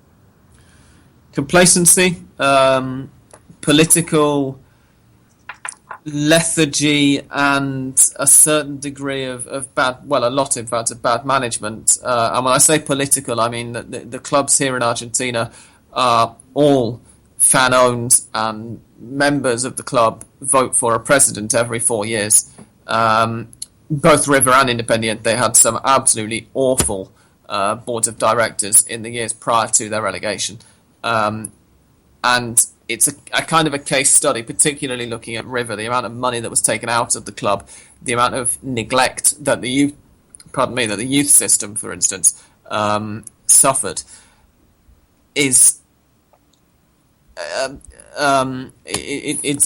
huge part of the reason behind the decay that eventually led to their relegation. Because of course the relegation system here in Argentina doesn't help either. The relegation table is run over 3 seasons. They average out the number of points that you've won in your last 3 seasons in the first division by the number of matches you've played in that side in that time. So if you've only been in the first division for the last 2 seasons, then that's fine. You get X number of points divided by 76 matches, if I'm counting this up correctly. If you've been in for 3 seasons, then it's X number of points divided by 114 matches. This is as it was before, because now they've changed the Primera structure, and so it's a bit more confusing. The number of matches aren't the same as they were. But in River's case particularly, that did shoot them in the foot, because River did not actually finish in the relegation zone in what would be a relegation zone in any other country without this points average system in any of the 3 seasons, which ultimately led to their downfall. But the sides below them, of course, all eventually dropped out, and as a result, River ended up as the 4th worst of those sides over the last 3 years, who were still left in the Primera, and then they lost the relegation playoff to Belgrano. Independiente was slightly different, because Independiente actually went down, and Independiente would have been relegated even in a European-style relegation system, where it's just the bottom 3 go down, because they managed to finish that low down. But ultimately, the causes were the same: a mix of complacency, thinking we're too big to go down, very bad management, and not having a good enough team, and panicking as well, also at crucial moments. They were historic relegations for Argentina, both of them. Rivers particularly, of course, but Independiente is almost no less, really, in the Buenos Aires region at least. They helped to breathe new life in some ways into the second division, because having these huge sides down there increased interest, and it increased travelling crowds and whatnot as well when they played away matches. But yeah, I mean, it was a real shot to the system, and ultimately they ended up there through bad management more than anything. Yeah, definitely. Going back to that River Plate relegation, I'm sure the Boca fans are going to be hearing that for decades to come. You know, the River decime que se siente chant and everything.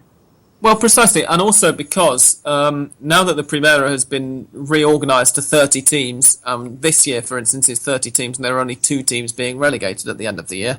They're then going to start reorganising again and relegating a few more than they promote in successive years, so that by, I think it's 2019, the plan is to get it down to 22 teams, which is slightly more sensible.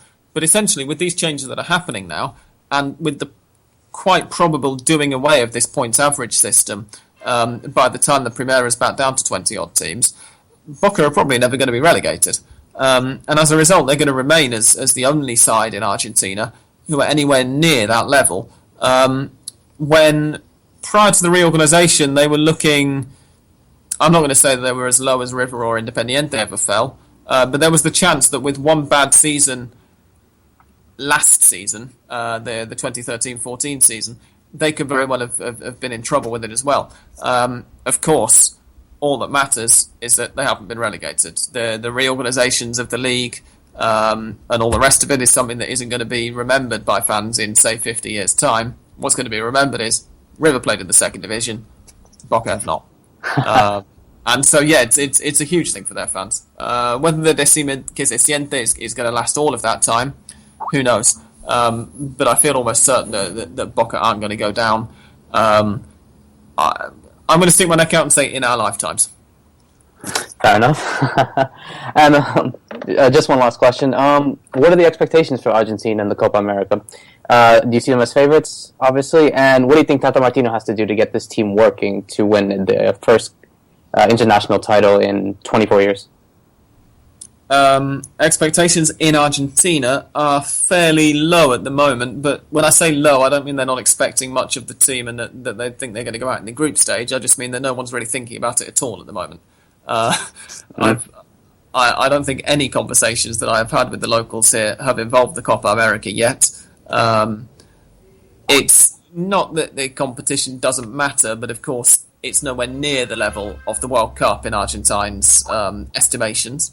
And so expectations are fairly low. I personally think that Argentina should be favourites for it. The display in Brazil last year at the World Cup was fantastic. It showed a lot of qualities that the team hadn't previously managed to display. And I think that the main thing that Martino has to do in order to get them playing on the level that they should do is going to be to breathe a little bit of confidence and perhaps a little bit of variety into the attack. They lacked at times in Brazil a little bit of invention from midfield in order to unpick the really packed defences, and although they always managed to do that, and that's why of course they reached the final, they could perhaps have done it in slightly more style with I don't want to say a playmaker as such, but somebody prepared to make some runs beyond Lionel Messi to take a bit more advantage of the space that was opened up by so many teams sticking 2 or 3 men onto Messi. Just a little bit more movement, and Javier Pastore certainly is going to bring that to the party. Perhaps Nicolas Gaitan as well. They've certainly got the personnel to mix it up, and it all depends on how Martino finds that blend and whether he can find the right blend of attackers, whilst also keeping some of the defensive solidarity that they really discovered when they got to Brazil last year. Do you see any surprise inclusions in the squad of 23? Well, if I saw them at this stage, then there wouldn't be surprises. But I think that Pastore could very well be making a return to the squad. I say a return, obviously he's been in the last couple of squads, but was not at the World Cup last year, and so it could be his return to international tournament competition. And if I'm going to have to stick my neck out, Matias Craneviter, the River Plate midfielder who was number 5 for River Plate last night, is a very possible one. There are a few players who are being looked at from the local league, so any of them could be. Craneviter is probably among the most prominent of those players, let's say, and among the most likely to be called up by Martino. Okay, I see. All right. Thank you, Sam. I'm going to pass it over to Joe. Sam, thank you again for joining us tonight. We really, really do appreciate you coming on. And I know we would love to have you on again, possibly towards the end of the Libertadores, maybe for to preview the final, if that would be okay with you. Yeah, guys. Yeah, it would be a pleasure. Fantastic. Thank you again for joining us. Good night. Thanks, Sam. Thanks for having me. Good night. And that was Sam Kelly. Fantastic interview on Copa Libertadores information in Argentinian football. The man is an absolute expert. If you don't follow him on Twitter, he is at Hegs _com, HEGS _com. He definitely requires a follow, especially if you want to learn anything about South American football. He also, you can go to his website, which is hastaelgolsiempre.com. And find out more information about him there as well, and some of the stuff that he writes on. But he even has his own podcast. And he even has his own podcast as well. So fantastic to talk to you, Rob. I'd like your reaction first and foremost. Yeah, absolutely. A very knowledgeable person, especially about Argentine football. And yeah, you can't say. It's like, I guess you could say Tim Vickery, but more Argentine football in a way. Yeah, exactly. Where Tim Vickery kind of gives you a large overview. Sam is nice and focused on Argentinian football, but at the same time, still offers you the ability, especially with the larger continental tournament, to give you that information that you would want. So he was awesome. Mike, I know you were the silent majority there. What were your thoughts on what Sam had to say tonight? Oh, yeah, I really enjoyed it. Like Rob said, he's a wealth of knowledge, and judging by some of the comments on social media, he was very well received, and people enjoyed it. Yeah, I've noticed that as well. Many people were tweeting about him coming on and a fantastic interview. And certainly, a lot of our folks that were listening who are European based, certainly got a lot out of his interview tonight. So it was fantastic. So, we don't have much time because in about 15 minutes we're going to have Anto on from Beyond the Pitch, who is another fantastic interview. I'm very excited to definitely listen to all these guys, and talk to them coming up. Anto, it's funny because with him, I listen to him all the time during the day on Beyond the Pitch on Sirius XM. So I do get a good taste of him and him and Phil and what they have to do. So, it's going to be definitely exciting to talk to them as well. I know we only have 15 minutes, Rob. Anything else you want to give us in terms of the matchups coming up this week for the Copa Libertadores? I know we do have one match in our match of the week section, but anything else that you would, any other matches you'd want to preview before we head on? I guess I'll mention the lone Paraguayan squad, Paraguayan team. Definitely. They got Corinthians, a really hard match against Corinthians. As Sam mentioned, they're one of the favorites to win the entire tournament, so it's definitely going to be a huge mountain to climb for Guarani. And I was going to say that's Guarani because he didn't say that at first. But do you see them having any chance to come out of their round of 16 group? As much as I want them to be, no, I don't think so. I think this Corinthians squad is well stacked, really strong. Nothing compared to this Guarani squad. Yep. So, yeah, if they can get a good result in the Defensores, maybe a 1-0 victory, 1-1, 2-1, etc., and try to really hold out in Sao Paulo, then it'll definitely be nothing less than a Corinthians victory. Yeah, it is going to be tough. And I was doing a quick little bit of research. Corinthians, I think they finished top of their group, if I remember correctly. Yeah, 4 wins, 1 draw, 1 loss. In a group with Sao Paulo, who also qualified, the defending champion San Lorenzo in that group, as well as Danubio from Uruguay. That was Group 2 that they qualified out of, and like I said, just 1 draw and 1 loss. And I think up until about 3 or 4 matches into the group stages, they were one of 2 undefeated sides, along with Boca Juniors, if I remember correctly. I think it was them. It wasn't Cruzeiro. It was Corinthians, wasn't it? What was the question? Sorry. I'm almost positive that about 3 or 4 matches into the group stages of the Libertadores in the group round and the group stages, they were undefeated. They and Boca were the only 2 teams. Yeah, they were Corinthians. So certainly a quality side there. It's going to be a tough uphill climb for Guarani to get ahead of them. So yep, absolutely. But obviously Sam's also pointing out, some of the other clubs that could potentially win this particular tournament, Corinthians being one of them. Do you think the Mexican side has a chance?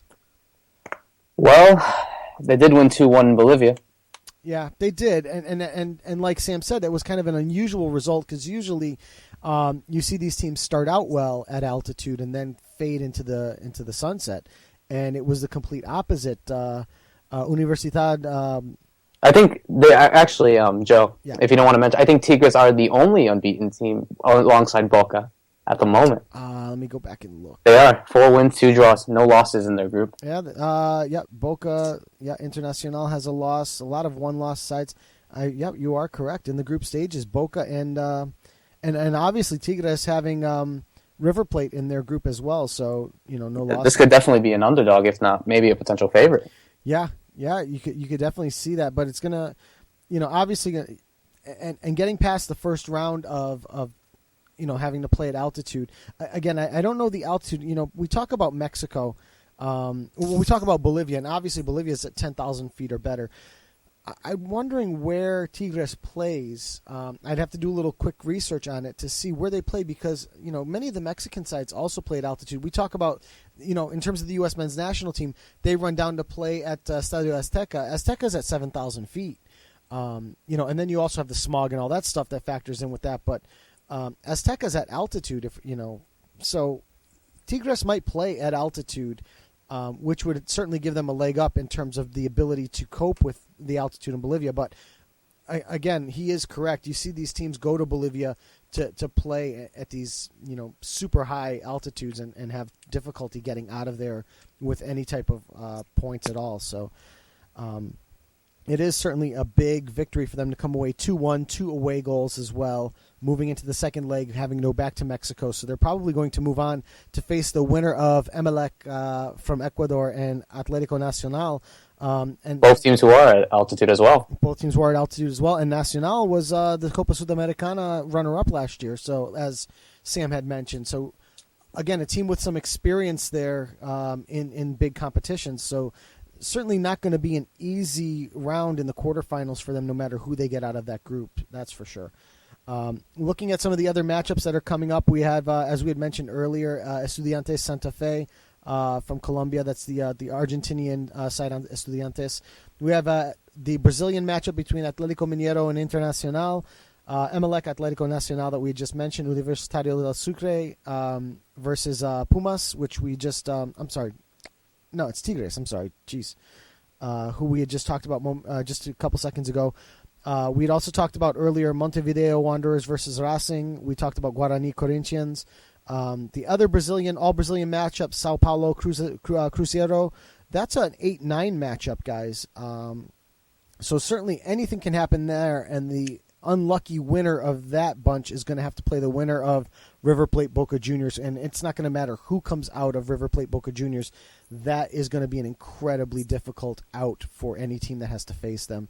And right now the way Boca's playing, you even saw it a little bit in the Super Classico last night. I don't see anybody beating them just yet if they stay on this type of form. And he said who was missing now from Boca? Was Gargano? Gago, Fernando Gago. Gago, yeah. So with Gago missing, and they're still able to play at that level. I don't see many teams challenging this Boca side, running all the way to the title, but remains to be seen. That's for sure. So, anything else that you want to add about the Libertadores? I know, like I said, we have a matchup that we've highlighted in our this week, our upcoming segment, or the week ahead. Anything else that you want to mention about it? No, go Guarani. Yeah, of course. So let me and Rob, I'm sorry, not Rob, Mike. I don't know if there's anything else that you wanted to add about our discussion. I'm going to shoot Anto a message here to see if he's ready or not. And but any other comments you want to add? Not on that, but I can mention that Montreal has waived goaltender Christian Nietzsche, who they signed last week for the Champions League final. Now he's on waivers. Well, but that's expected.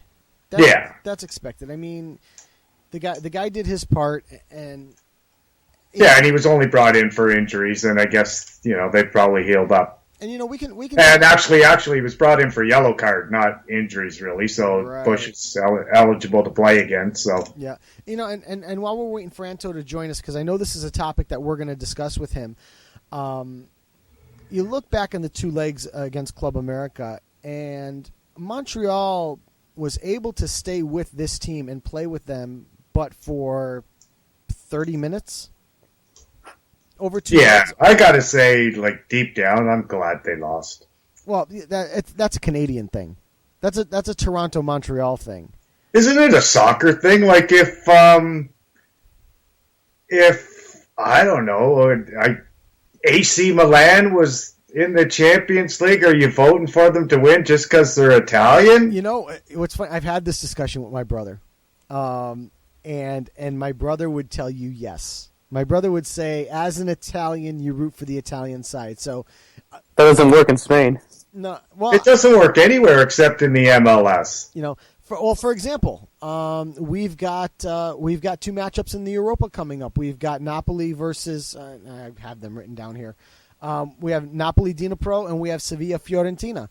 And I'm going to root for Napoli and I'm going to root for Fiorentina. So, you know, although, you know, it's almost against the law for me to do that. So, it's, you know, but Yeah, but I think you're doing it more because you want a renaissance in Italian football. But what if Torino was in that situation?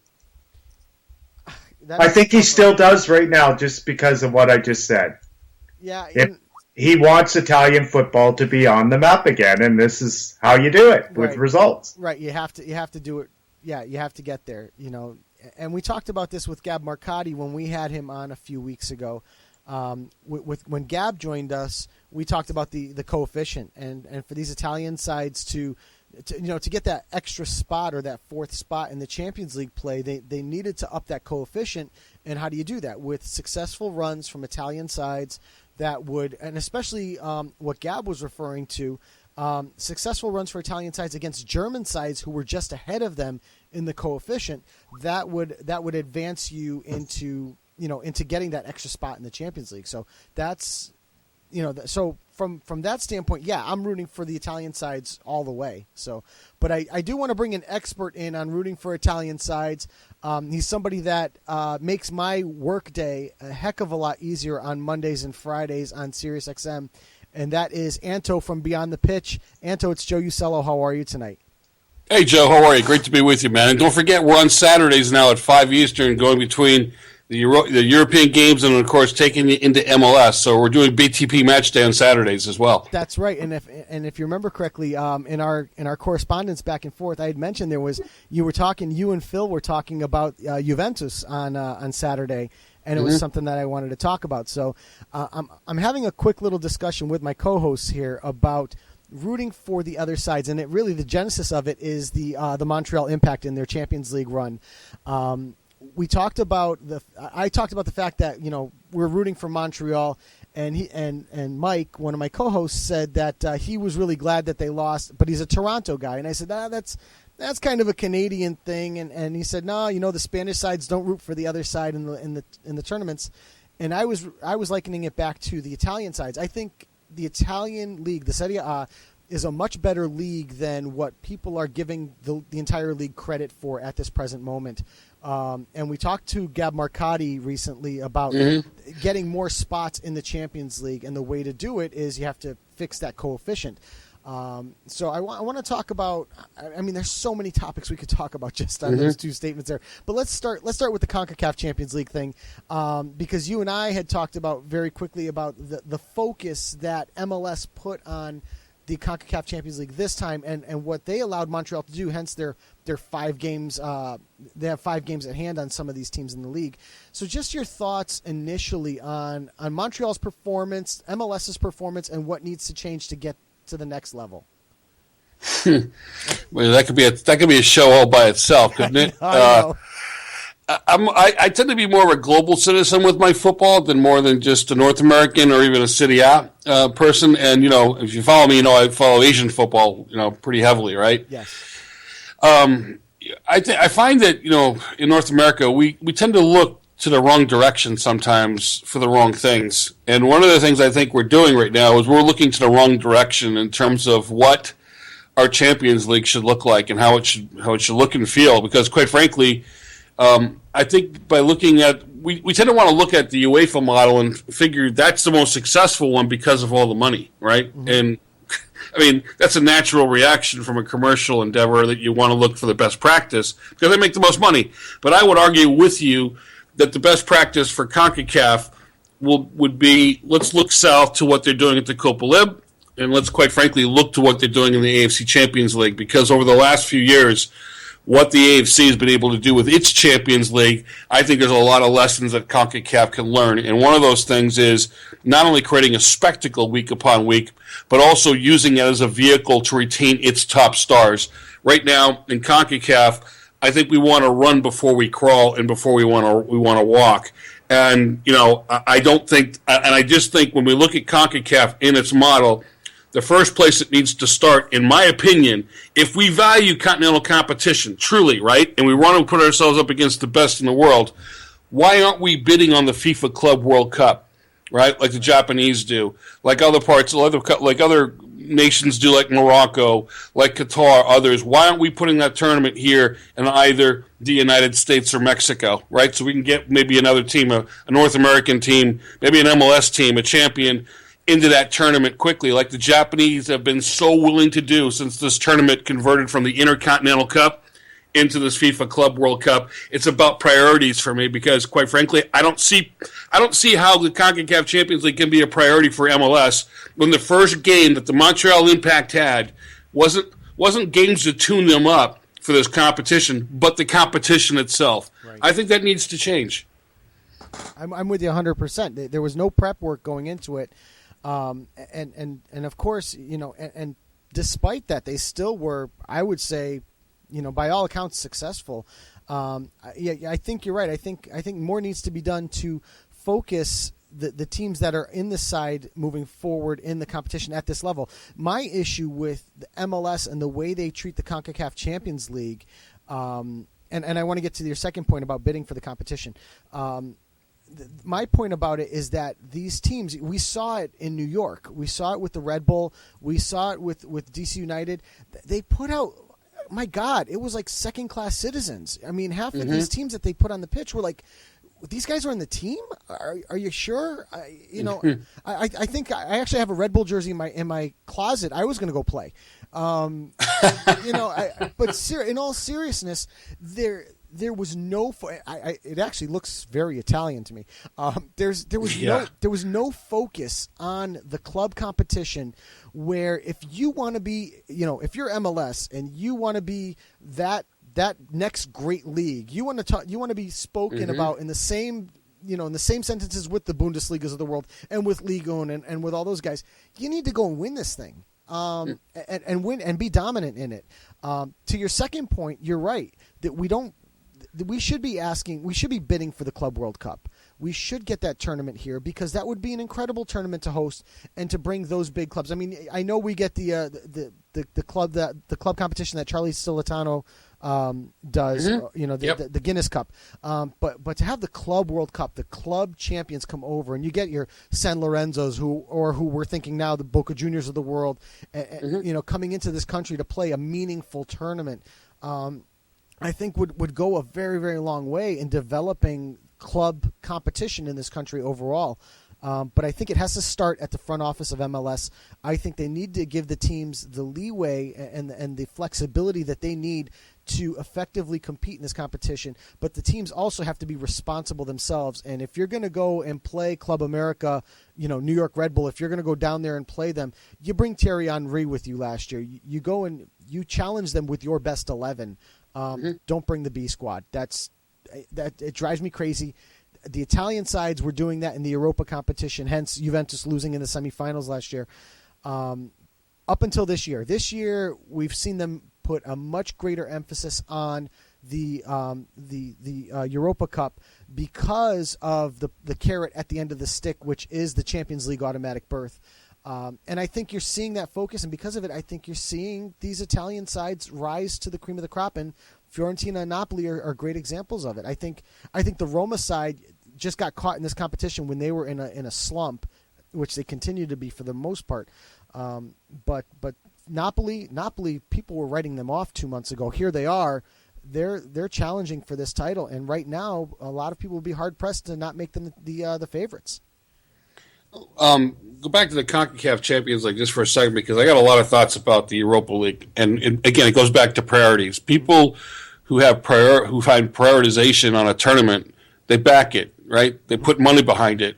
I've spent a lot of time talking to Gab Marcotti about the Europa League. You probably saw a recent article that he did about what to do, how to fix the Europa League. Yes. Him and I spent a good whole show just going through options. We spent about an hour and a half, and I think the show's about 40 minutes long. I actually did a number of tests, regression tests, on what would it take to do regionalization? What would it take to do some of the things that would make the Europa League a little bit more palatable for those clubs just a level below the Champions League? And to UEFA's credit, again, there's a lot you can say that goes wrong in UEFA. And you can criticize Michel Platini on a lot of things, okay? Yep. But he said he wanted to fix that competition, and he did it in a couple of really unique ways. One of which was fixing the Champions League so that the champions get seeded number one. Okay, that's a very important thing. Number two, if you look at the Memorandum of Understanding, which extends from 2018 to 2022, what that next new cycle has built into it is the fact that the ratio of money between the Champions League and the Europa League, that gap now narrows. It goes from like 4-1 to 3.3-1. So if you want those teams to take it seriously, you've got to make it a priority. Number one, you got to increase the money. And then number two, you got to give them reasonable and achievable targets that will help them on the bottom line. Now take this to the CONCACAF Champions League just for a second and ask yourself a question, all right? There is no other league in the world, okay, that would have left its club that was left in a final of a Champions League with 5 games in hand, okay, dead last in the East, with basically nothing to hold their hands around at the end of it. If you don't think the system is broken, ask yourself the question, okay? Yeah. Africa, AFC, or South America with the Copa Lib, would any of those federations leave a club with 5 games in hand just so they can focus on this tournament? Would they actually let that happen? No. And the answer is, to me, is a resounding no. I'd also say this too: the Western Sydney Wanderers won the AFC Champions League in 2014 on less money than what Montreal pays its players. Okay, think about that for a second. That's amazing. Okay, on less money, and went through 3 regional powers across 11 time zones to get that done. Yep. Nice. Okay, again, it's about priorities. Now, the A-League helped Western Sydney Wanderers navigate that, but they didn't have like 5 games in hand, and then they had to navigate the biggest powers in the AFC to get that title. That meant Guangzhou Evergrande with Marcelo Lippi, FC Seoul, and again, those were the 2 teams that were in the final the preceding year, and then they had to go make the double-edged trip, a 2-edged trip, first one at home, get the goal, and then go all the way. How many time zones is it? Was it 11 time zones to Saudi Arabia? And survive an onslaught for 90 minutes in Riyadh to lift the trophy. Again, they did it on less money than Montreal did. So this idea that it's always about money, I don't buy it. No, I agree. I agree with you 100%. It's, just like we said, it's the league not helping their club succeed, and maybe it's a cultural thing. Maybe the culture of MLS, because I guess that's who we're picking on at the moment. Maybe the culture of MLS at the front office needs to change. And I don't want to turn this into a promotion relegation discussion or anything like that, because there's plenty of cultural changes that need to happen with MLS. But yeah, I think them doing a better job of supporting the clubs to make them better prepared to challenge for this trophy against a Club America side who is certainly historically an excellent side. I believe they're in the top 5 at the moment in Liga MX, and they were prepared. And as sad as it sounds, we were just talking about this. Montreal, all but for 30 minutes of the final on both legs, was playing with them or better than them, which is it's unbelievable. Yes. It's just it bothers me. Go back to the money piece of this for a second, because people will take this part of the conversation and will say, well, Club America, it's a massive club. Okay, they spend lots of money. Okay, Guangzhou Evergrande spent $10 million alone on the coach. Okay, right. Every year in Marcelo Lippi, we all know who he is, right? Sure. Then you add in and you factor in the Chinese Super League, which goes into this wintertime. All right. Just put this all out here on the table so people understand what's at stake here, because, quite frankly, this message isn't getting through to America, all right? The AFC is about to lap CONCACAF, all right? the teams inside the Chinese Super League this past winter, okay, the only league that surpassed them in terms of transfer spending in this past winter break was the Barclays Premier League. It surpassed Serie A. So this idea that Western Sydney Wanderers had just this naturally easier path than, say, Montreal did, because that's how they won the AFC Champions League. Sorry, it doesn't add up, folks. The facts don't support that argument.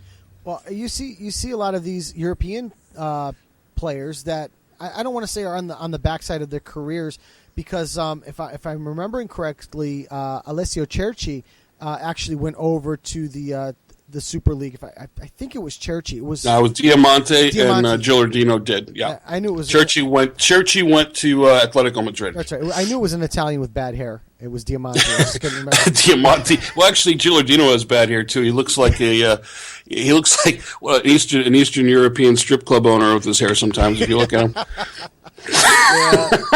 No, sadly, that's true. Right. But you know what I mean. It's so it's not like they're not attracting top quality players with this money that they're spending. Mm-hmm. They're getting good players, and sure, with the Wanderers, they're going to have to go through a team like that with a guy at the helm like Marcello Lippi, who is we were arguing today about the greater soccer minds, great head coaches. We were talking about Mourinho as possibly the greatest ever. Forget it. Or at least not happening. No way. But I mean, Lippi's another. We don't have a Marcello Lippi in MLS. We're not even close to having a Marcello Lippi in MLS. Maybe. Oh God, I did this last week too. LA Galaxy head coach that's escaping my mind. U.S. men's national. Bruce Arena.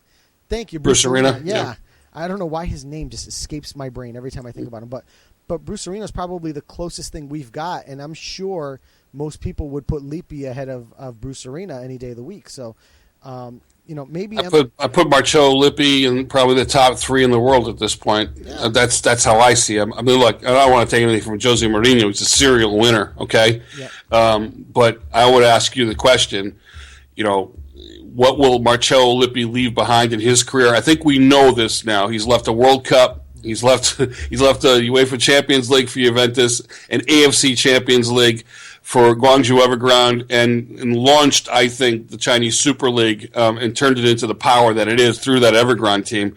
What's Mourinho going to leave behind in his career? I think that's still an open question. He's so far done wonderful things for a treble at Inter, won it with Porto, and of course Chelsea. They adore him and they revere the man. But come on, we're talking a World Cup winner here in Marcello Lippi. Marcello Lippi's on a very, very, very short list of successful club and country coaches. It's an incredibly short list. It might be a list of one. That's how short the list is. So, it may have been Arrigo Sacchi if Roberto Baggio finishes it off in '94 here in the United States. Yeah, but if you think about it, he had 2 ripped up hamstrings at that point. I was surprised the guy was able to walk to the spot that day. Del Bosque would be another one. Yeah, is another big time one if you look at what he did for club and country too. No, sure.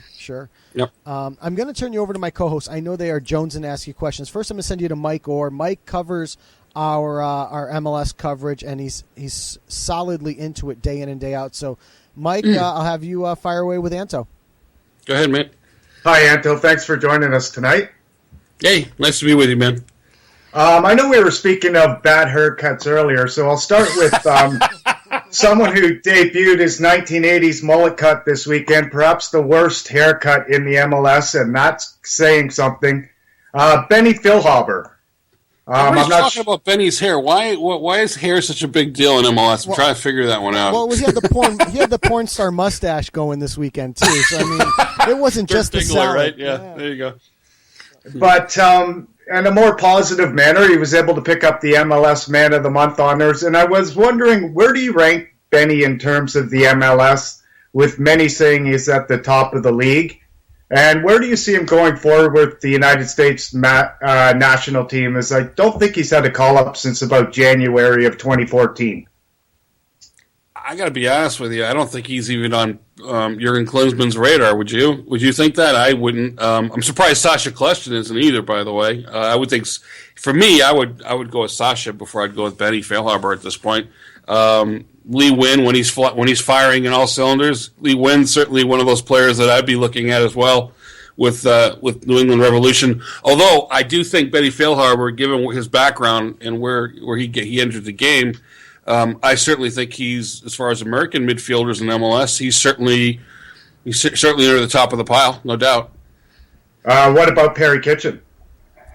I like what DC's got in the middle of the park. I like Perry Kitchen, and I like Arnaud. I think that's the key for Ben Olsen right there. I've said that before. I remember speaking to somebody, one of the play-by-play guys from DC, whose name eludes me at the moment. Was it Dave Roberts, I think? That I thought the secret to DC is what Ben Olsen's built right there. Those two, and he agreed with me. I think that may be the best pairing in the midfield.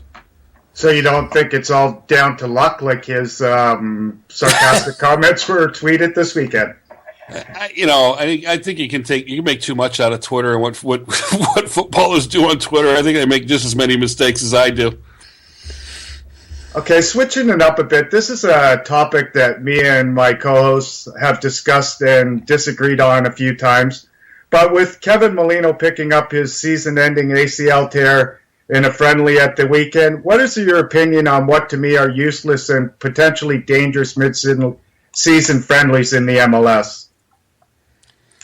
Ooh, that's a really loaded topic, right? There's two schools of thought, right? Let's just lay them out there. There's some people who believe that the mid-season friendlies in some way get people out to the park, right? They get people who may not necessarily be MLS fans to come see perhaps a Real Madrid play Los Angeles Galaxy or some other big name in world football. And the idea is to hope that fan gets latched on to the local club. I'm not so sure we've ever seen it. We've seen something that, I guess, a data set that supports that vision. Maybe it did early on. Sometimes I think maybe we're outgrowing it. Although, when you get a pretty interesting tournament like Charlie Stilitano puts on, where you get to see, think about last summer at the Big House up in Michigan, when you look at that crowd. It's Real Madrid, it's Manchester United, and you look at it and you say, wow, that's pretty amazing. And everybody totes that as an example that the game is growing here. Part of me says, yeah, it's growing, but is that necessarily translating to the MLS experience? So, yeah, we're kind of strange in a way. We like that all-star experience, don't we, here in all of our sports? And I just think that's part of what's at work here with MLS and friendlies. I think the one difference in the tournament this summer, though, is that the MLS clubs, when they play each other, those games are going to count towards the MLS standings. That's a nice step.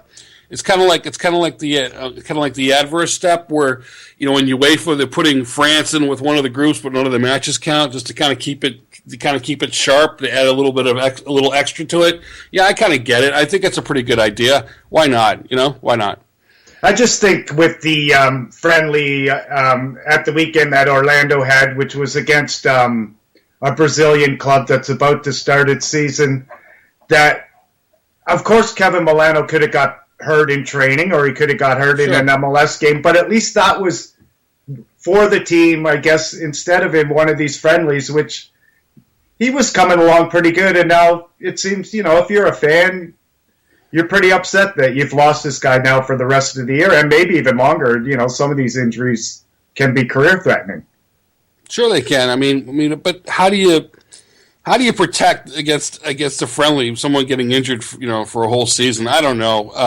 Like you say, if you go through any club during the course of a season, just calculate the amount of man games that they lose due to injuries that have been acquired due to practice. So, I'm not going to come down on, say, Orlando or the practice of playing friendlies, because ultimately at the end of the day, those friendlies, you would hope, expand the brand for Orlando down there in Florida in its first year. You hope that you get up against a Brazilian team, you find out exactly where you are in the pecking order in the Americas. Perhaps maybe you learn something from it.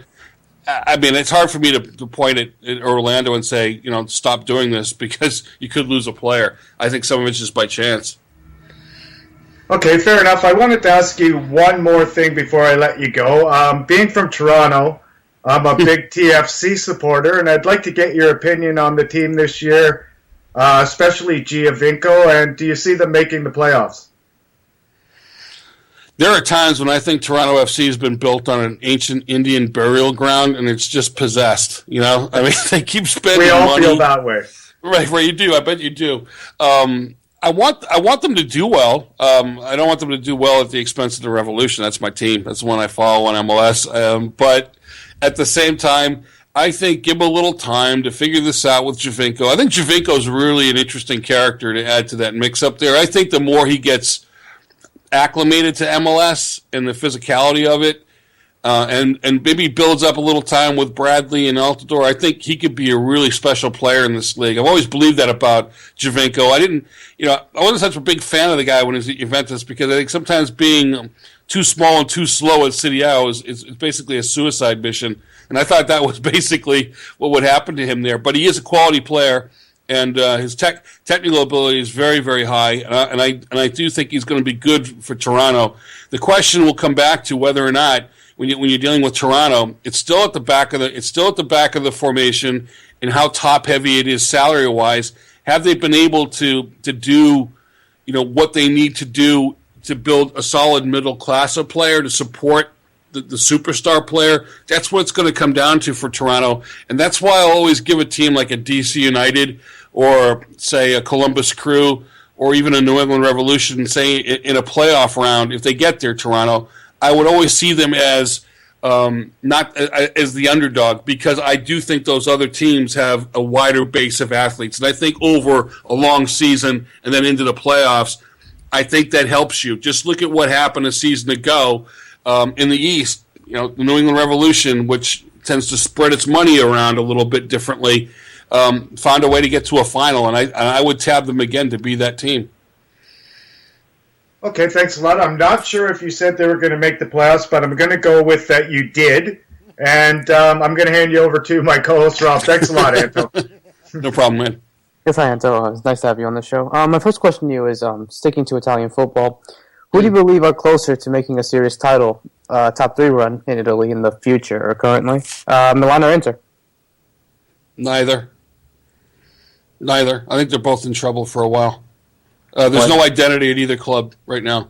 Tahir's trying. He's flailing, and he's trying. I'll give him. I think Tahir's trying harder than Silvio Berlusconi is right now as an owner. But the problem with Inter is I feel like we're going back to the old Caso Inter days. Remember the old days where they kept buying players, and a lot of them had great names, and and for whatever reason it didn't work. For whatever reason, I don't know what goes on with Inter. I just feel like Eric Tahir is reaching for a certain kind of player that has some type of marketability, some level of production, but it may not necessarily be building a good team. I didn't like it at the time, and I like it even less now. Bringing Mancini back a second time, I don't think typically those are good experiences. If you go back and track them over time with Italian clubs, bringing a manager back a second time rarely, if ever, works out. In fact, most of them end up being disasters, even at a club like Milan in its pomp and in its prime. So I'm not thrilled at what Inter's doing. If I was an Inter fan, I'd be very worried because they're already coming up against FFP sanctions. I think they gambled heavily, and I think they came up bad. I think they're in a little bit of trouble, and it may cost them McCarty. It may cost them other players this summer. They may have, because if they don't get that Europa League, and we already know they're not going to the Champions League, there are going to be questions about them financially. Now, go back to Milan, for example. I think their questions are even more dire. Lost $91 million this year. Okay, $91 million, which Fininvest now has to cover. That's a big, big number. Nowhere near the Champions League, nowhere near the Europa League, and they've got players that, quite frankly, they need to unload. When you got Suli Montari making the money he's on, just take a look at his after-tax number. What Philippe Mexes is making after tax, it's ridiculous how much some of these players, they don't belong in the shirt, much less deserve that pay. The second thing about Berlusconi and Milan is Milan just needs to get back, and it may take them as long to get the skill back as it took for them to lose the skill, and that is to bring players through its academy, bring it through the Primavera, and get them to the first team. That is something Milan in its history always was able to do, yet now they struggle with it. De Sciglio is one of those players. They lost Cristante. He's off at Benfica now, probably applying his trade there. El Shaarawy they brought in from Genoa by way of Padova. We understand that. But again, he's gone nowhere. Matteo Darmian, right? Everybody wants Darmian. He was a Milan player. Aubameyang over at Dortmund. They never brought him through. They have lost this skill, this identity, this ability to do these things. And I just think the ownership situation at Milan, at AC Milan, needs to be sorted out before any of these two teams can be considered anywhere near top three. Okay, and I guess speaking about top three, my next question to you is who is likely to get top two, Roma or Lazio, and why? There was a moment there where I thought Roma would fall out, and maybe Napoli would have nabbed him at the end. But that loss at Empoli, I think, is huge, right? So I think Rafa Benitez must look at this now, much like Vincenzo Montella is looking at it. I think they were like 3 losses on the bounce, if I remember correctly. They must be looking now at the Europa League as their benchmark, as their bogey to get them into the Champions League. I thought Roma would fall to Lazio, but go look at Lazio's last 4 matches. It is a murderer's row, right? including a Roma derby in there. If you look at who they have to play, I think Roma's got the easier path. I'm not saying they're going to do it, but if you're asking me about probability rather than possibility, I think Roma may just nab them at the end for the second slot. Okay. And all three of us have mentioned our beloved clubs. Joe has mentioned Juventus. Mike mentioned Toronto FC. I want to talk about my club, Barcelona. Do we win the treble this year? Got a really good shot. And it's not just because of the front three, the 3 tenors, Suarez, Neymar, and Messi. I think the defense will take them there. And that's something people don't tend to talk about with Barcelona. The one team that still worries me, if they end up in a one-off with them, is Real Madrid. And here's the thing. Carlo Ancelotti knows what it's like to win a Champions League. He knew it as a player. He knows it as a coach. They're sitting on a piece of history here. And if they'd be the first team to go back-to-back, I think that's going to loom large, say if both of them get through the semifinals. And I do believe we're going to get a Clasico in the final. I just believe that. It's destiny, I think. I just think the Spanish clubs are ahead of everybody at this point. Can they do it, Barcelona? Absolutely, when you got that front 3. But I think it's going to come down to the defense as to whether or not Barcelona can mount that and successfully get a treble. Wouldn't that be something if Luis Enrique, of all people, was able to do that? That given where he was given where that club was in January after I think it was the Sociedad loss, right? How messy it looked. If he's able to pull that all together, good for him. Yeah, definitely, and especially if Luis Enrique could definitely be his mentor when he was at Barcelona B, right? Guardiola. Guardiola's in a little bit of trouble here because the injuries, right? The injuries happening at the wrong time.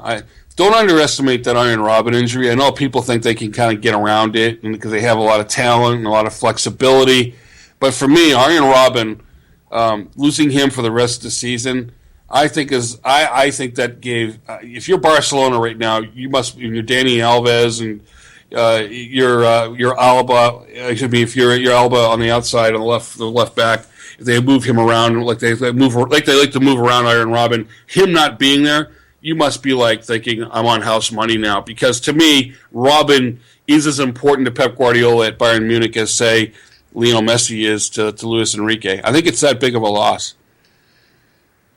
All right. Thank you so much. I'm going to pass it over to Joe. No, Anto, again, thanks for joining us. I know we touched on Juventus a little bit. I want to go a little deeper because we can. Obviously, they're fourth, plain and simple. Their fourth Scudetto in a row. Obviously, Champions League semifinal of the Champions League. Certainly, they're in the Coppa Italia final, which is the first time I think in 10, 12 years or something like that. It's been a while, yeah. Yeah. I've heard you referred to him on your show as Count Max. How would you rate Count Max's job overall this year? This is gonna sound awfully. It's gonna come out really awful no matter what I say. So I'm just gonna say it. Right. I have deep. I have people around me, people who are close to me, who are deep Juventini. Okay, I mean they go back a long way with this team. And the one thing that Juventus is able to do better than I think anybody in Serie A, and I mean this in the most positive way possible. I consider Juventus the biggest provinciale in Italy. Okay, that's what they are, and it's a great credit to them that they can operate that way. So when there's a crisis or a threat, okay, I think nobody circles the wagons, to borrow a Chris Bermanism, right? Yeah, right. Nobody circles the wagons better, okay, than Juventus Football Club under a crisis, right? Mm-hmm. And when Antonio Conte left them late, okay, the way he did, I think it forced a deep think, and it shifted a lot of things inside Juventus that over the course of one season could be overcome, okay, with Count Max Allegri as the coach. Yeah. But you got to look at a couple of things here, a couple of trends. A year ago, this was a club that brought in 102 points in Serie A, and they won it by 17 points. This season, okay, they're 15 points ahead, and they're sitting on 79 points. What that tells me is I'm not so sure Juventus has gotten better as much as the rest of Serie A has gotten worse, if you know what I'm saying, absolutely, right? Absolutely. Okay, I think right now, Serie A and the Bundesliga got the same problem going on. You got one beacon in there that's got all the edge in terms of the commercial revenue, and it's now playing itself out in both leagues. Mm-hmm. Now, I'm not saying that Max Allegri is a bad coach. He was a bad coach at Milan, okay? He was a fabulous coach at Cagliari where nothing was expected of him. I think in a certain environment he works. Now, he's also got a very, very good changing room in there. And when you got guys like Buffon, Chiellini, Andrea Pirlo, you want to go on and on and on and on of what's in that changing room, I just think that if you put him in a situation where it's the biggest provincial club in Italy with a good changing room, you're like asking Count Max to screw up a free lunch, and he's not going to do that. Right. Now, add to that, I thought he got much better on the draw here in the Champions League than Antonio Conte ever did. Okay. I think he got a little lucky there, and I think anybody who looks at that rationally would agree that Juventus got a better draw. Yeah, especially against Monaco. I mean, when you looked at the final eight, at the quarterfinals, you're looking at the list of 8 teams, and Juventini were all sitting there going, please Monaco, please Monaco, please Monaco, Yahtzee. It was Monaco. And, Yahtzee, right, yeah. Yes, I agree with you 100%. The draw was incredible. But for me, and I wasn't a big fan of them signing Max Allegri, but like you said, they circled the wagons. And they did what they had to do, and they brought in a guy who couldn't screw up a free lunch. I agree with you 1,000% there. No, it's 100% true.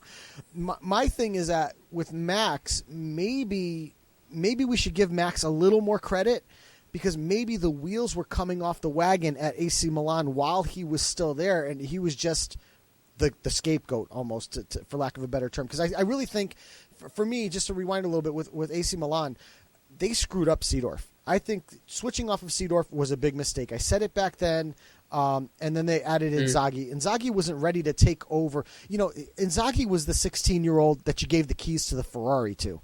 What were you thinking? Now, will Inzaghi be a great coach one of these days? Maybe, but not today, and not with that side that is just as dysfunctional as the day is long. And led by Berlusconi, who's looking for his next bunga bunga party, but going back to Max, I think Max is a good coach and proved that with his results at Cagliari, but at the same time, I think he was, he couldn't screw up a free lunch. I agree with you 100% there. Go back to Max's first year at Milan. What has he done so different at Juve that he did at Milan in his first year? What's so different?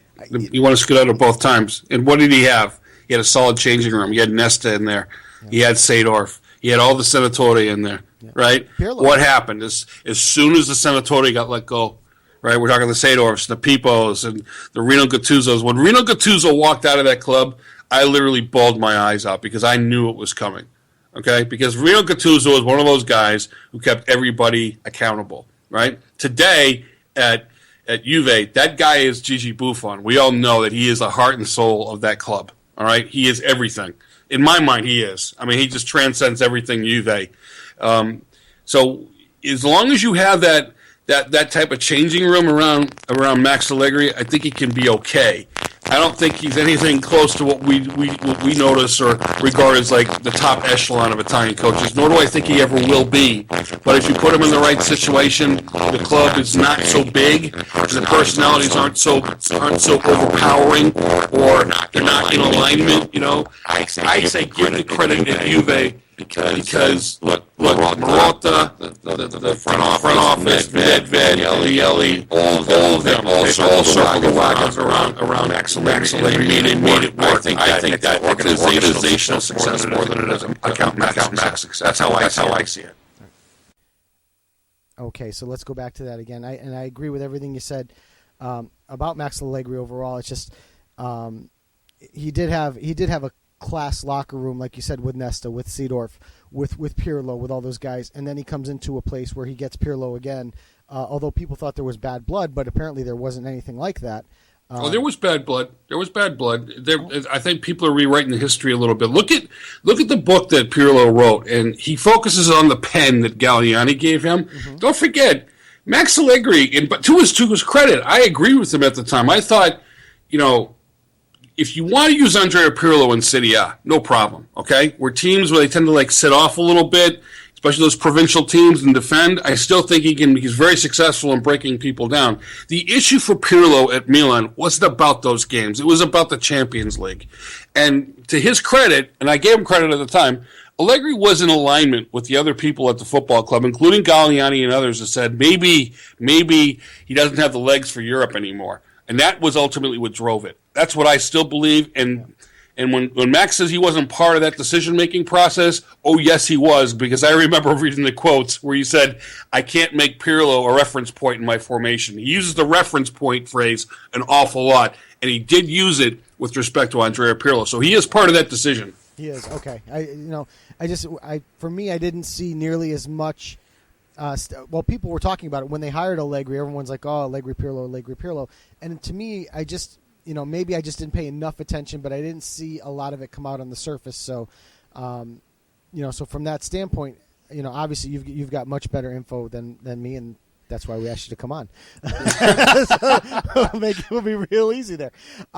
So obviously, with our Champions League matches coming up tomorrow and Wednesday, I'm going to close it out with those last couple things there.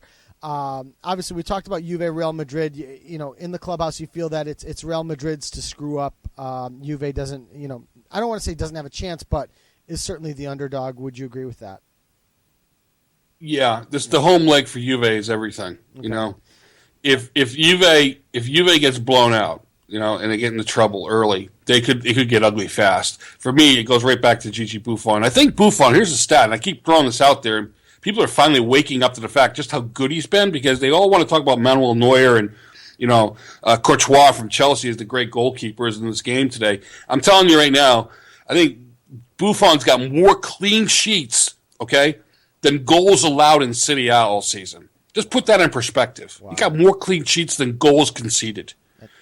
That's ridiculous. Yeah. I mean, for a man of that age, was he 37 now? Yeah, he's knocking on it. And that to me is the issue. If Buffon can get to some of those shots that maybe Cristiano usually beats other goalkeepers with, make him think a little extra. The front three, and then keep Modric at bay. I believe he's I don't know if Modric is playing or not. I'm going to wait to see. But I think he's out. Is he going to be out? Yeah. All right. So the fact of the matter is, though, that Buffon's one of those rare goalkeepers who can get into the best shooters' heads and make them try to be even more precise, which ultimately can alter their confidence.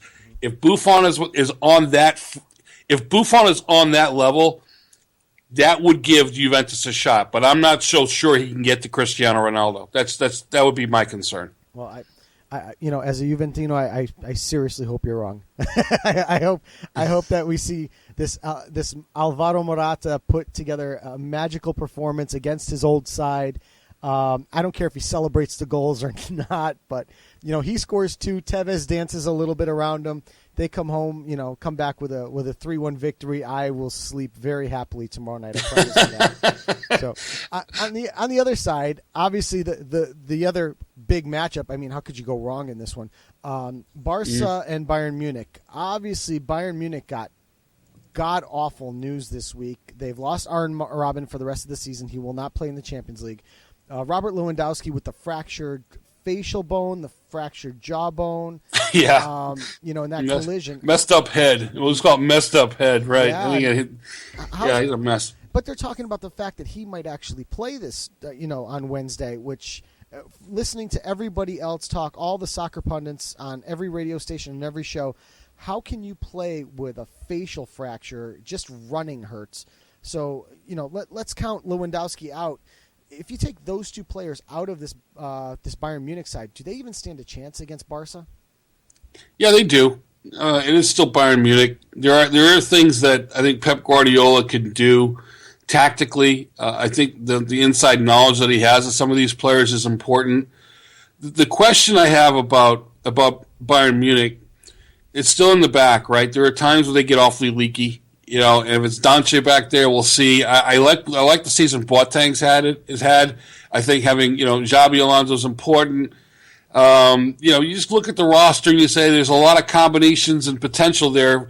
Does he go strikerless without Lewandowski? Does Pizarro become an issue here now? I mean, there's so many tactical options that Pep Guardiola has up his sleeve, and I think ultimately, if you put Luis Enrique next to Pep Guardiola, we all know who the better tactician is. I don't think that's even a question. Again, I just go back to this point about Luis Enrique, and we talk about Count Max not screwing up a free lunch. I mean, how do you screw up Neymar, Luis Suarez, and Lionel Messi? I don't know how you do it. Luis Suarez is coming back into that form. I mean, I just think he's brilliant. He's a brilliant footballer, and he may be the biggest villain Barcelona's had since Stoichkov. I don't know how Bayern Munich gets through this, but again, it may come down to Neuer, and if Neuer is on, anything is possible. I just don't. Again, we're doing probability, not possibility. The probability is Barcelona's going to the final, in my view. Yeah, I agree with you. I don't think they get around it. And I've got two more questions for you, and I'm going to let you go. One, based on this Champions League draw, we asked this to Phil Shane last week. Barcelona was really the keystone in the drama that could be the Champions League semifinal. If Barca played Real Madrid, it's another Clásico. If Barca played Juventus, it was going to be Chiellini versus Suarez again, Bitegate Part 2. Yeah. But they ended up getting Bayern Munich, which is Pep coming back to his old side. Did we get the best matchups in this Champions League semifinal? Any of the matchups would have been fantastic, but did we get the best one? Yeah, I think we did, because the whole concept of Pep Guardiola going back to Barcelona, we all want to see that, don't we? I mean, that's brilliant. I mean, it's beautiful. And then if you're a Serie A guy, Carlo Ancelotti going back to the scene of the crime at Juventus where it didn't quite work out. Yeah. There's a history there between Real Madrid and Juventus in group stages and other parts of the Champions League in years past. There's a connection there, obviously, with some players who've played for both teams. Let's face it, Juventus, to the new guy in the block who doesn't know much about Italian football over the years and may have gotten introduced to the game post Calciopoli, doesn't realize just how big Juventus is as a football club and how dominant they were when they were great. I'm not saying this is one of those teams with Juventus. Okay, there's no Tacchinardi, there's no Conte, there's no Ciro Ferrara. I mean, I go down the names of the guys that used to play for that team, but there's no Trezeguet there, obviously, no Del Piero. But I think we got the right matchups, and ultimately, if we end up with an El Clasico final, I think social media will break down sooner or later, right? It'll be worse than Kim Kardashian trying to break the internet, right? Right, exactly. So, one more question about Juventus, and that's Paul Pogba. Word came out over the weekend, I believe it was, that there's basically an agreement between Juventus and PSG to sell Pogba for, I think it's $89 million, I think. The U.S.? Is that the U.S. number? I think that's the U.S. number. I think it was pounds. Was it pounds? I thought it was dollars. It's a lot of I thought I saw 60 million pounds, which would translate somewhere around 90 million US, right? Yeah, whatever. Yeah. It's a Brinks truck full of money.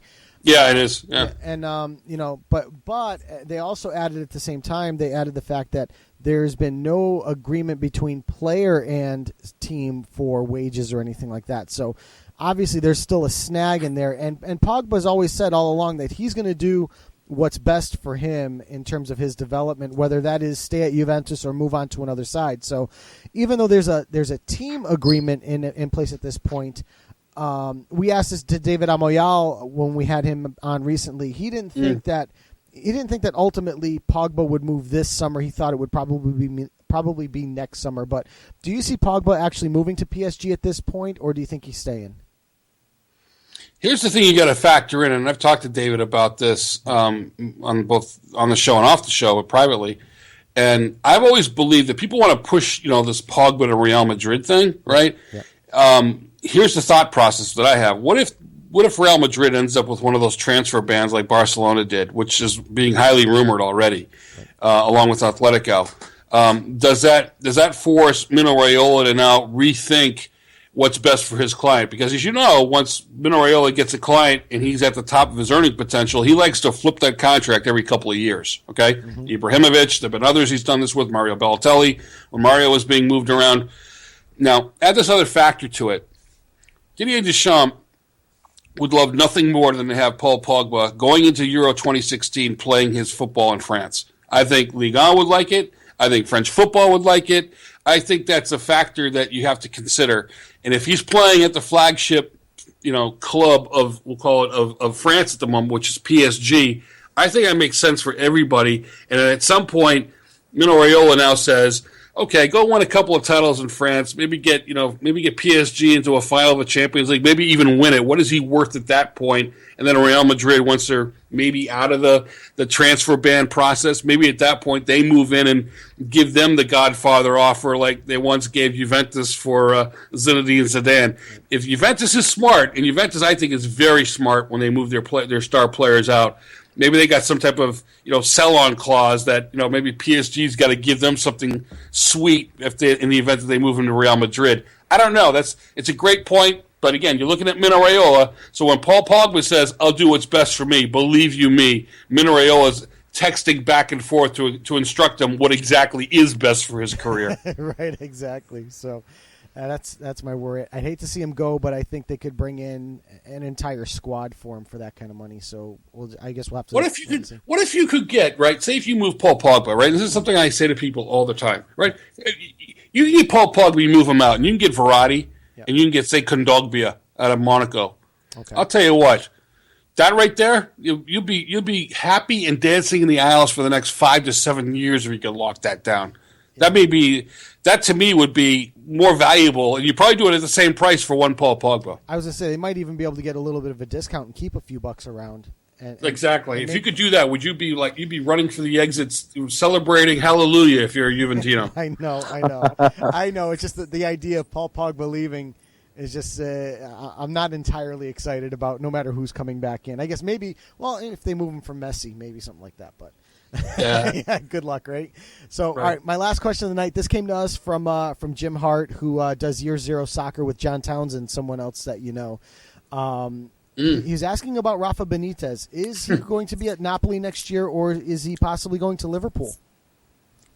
Boy, I was checking the plane, right, that was flying overhead this weekend at Anfield. Roger's out, Rafa in to see if Rafa was flying the plane because he wants to go back. I think Rafa has always had this idea in the back of his head that he believes that he's the right guy for Liverpool until he passes away, I guess. I don't know.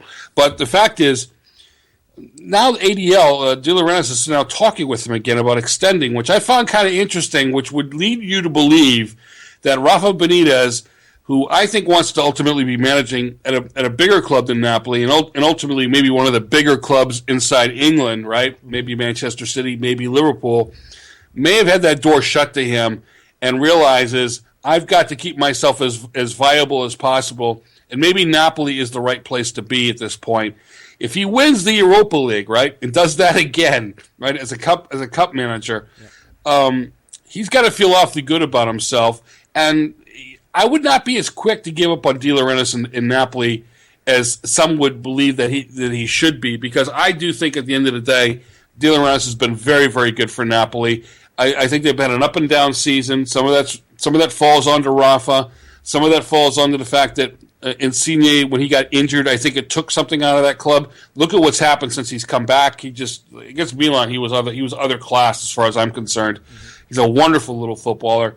Higuain's looked interested, disinterested at times. I think right now that Rafa must look at this and say, maybe I extend, maybe hang on for another year and then see what opens up. Because at the end of the day, I don't see many opportunities opening up for Rafa Benitez at this point. I don't see PSG could be one of those because Laurent Blanc appears to be, getting the thumb from some of his players. I think Lavezzi gave him the non-finger salute when he tried to shake his hand this weekend on the touchline. He basically ignored him. I just don't. Do you see Rafa Benitez at a bigger club right now? I say no, and I don't know if Fenway Sports Group wants to get into the business of dealing with Rafa Benitez and some of the divisive stuff that he's known to do. That would be my impression. Should he leave Napoli? That's really up to De Laurentiis. Can he work with Rafa Benitez longer term? That's the bigger question. And so far, Rafa Benitez, at least at this point, seems willing to do so. So at this point, I don't see him leaving. I think between those two clubs, if Rafa doesn't end up at one or the other, I think Jurgen Klopp's going to end up at one of them either way. Especially the Liverpool spot. If Rafa doesn't jump on that, I think it's probably Klopp's to lose at that point. Don't you think? Well, every time I ask people, where do you think Klopp will go? Because I'm of the same opinion that they are. I can't see him going to England right now. What's available in him in England right now? Unless Liverpool and the Fenway Sports Group guys decide, you know what, we're not going to go any further with Brendan Rodgers, okay? If they have to come to that decision, and I'm not so sure that they have yet, all right? I just don't know that. What do they do with Brendan Rodgers? Do they cut him loose now, or do they give him one more year? I think they want to give him one more year. Now, can Klopp work at Manchester City? No, I don't think he can work at Manchester. I don't think he works at Manchester City. So what exactly is available to him in England, right? What is exactly available to him in Spain? Because those are probably the two places he could go.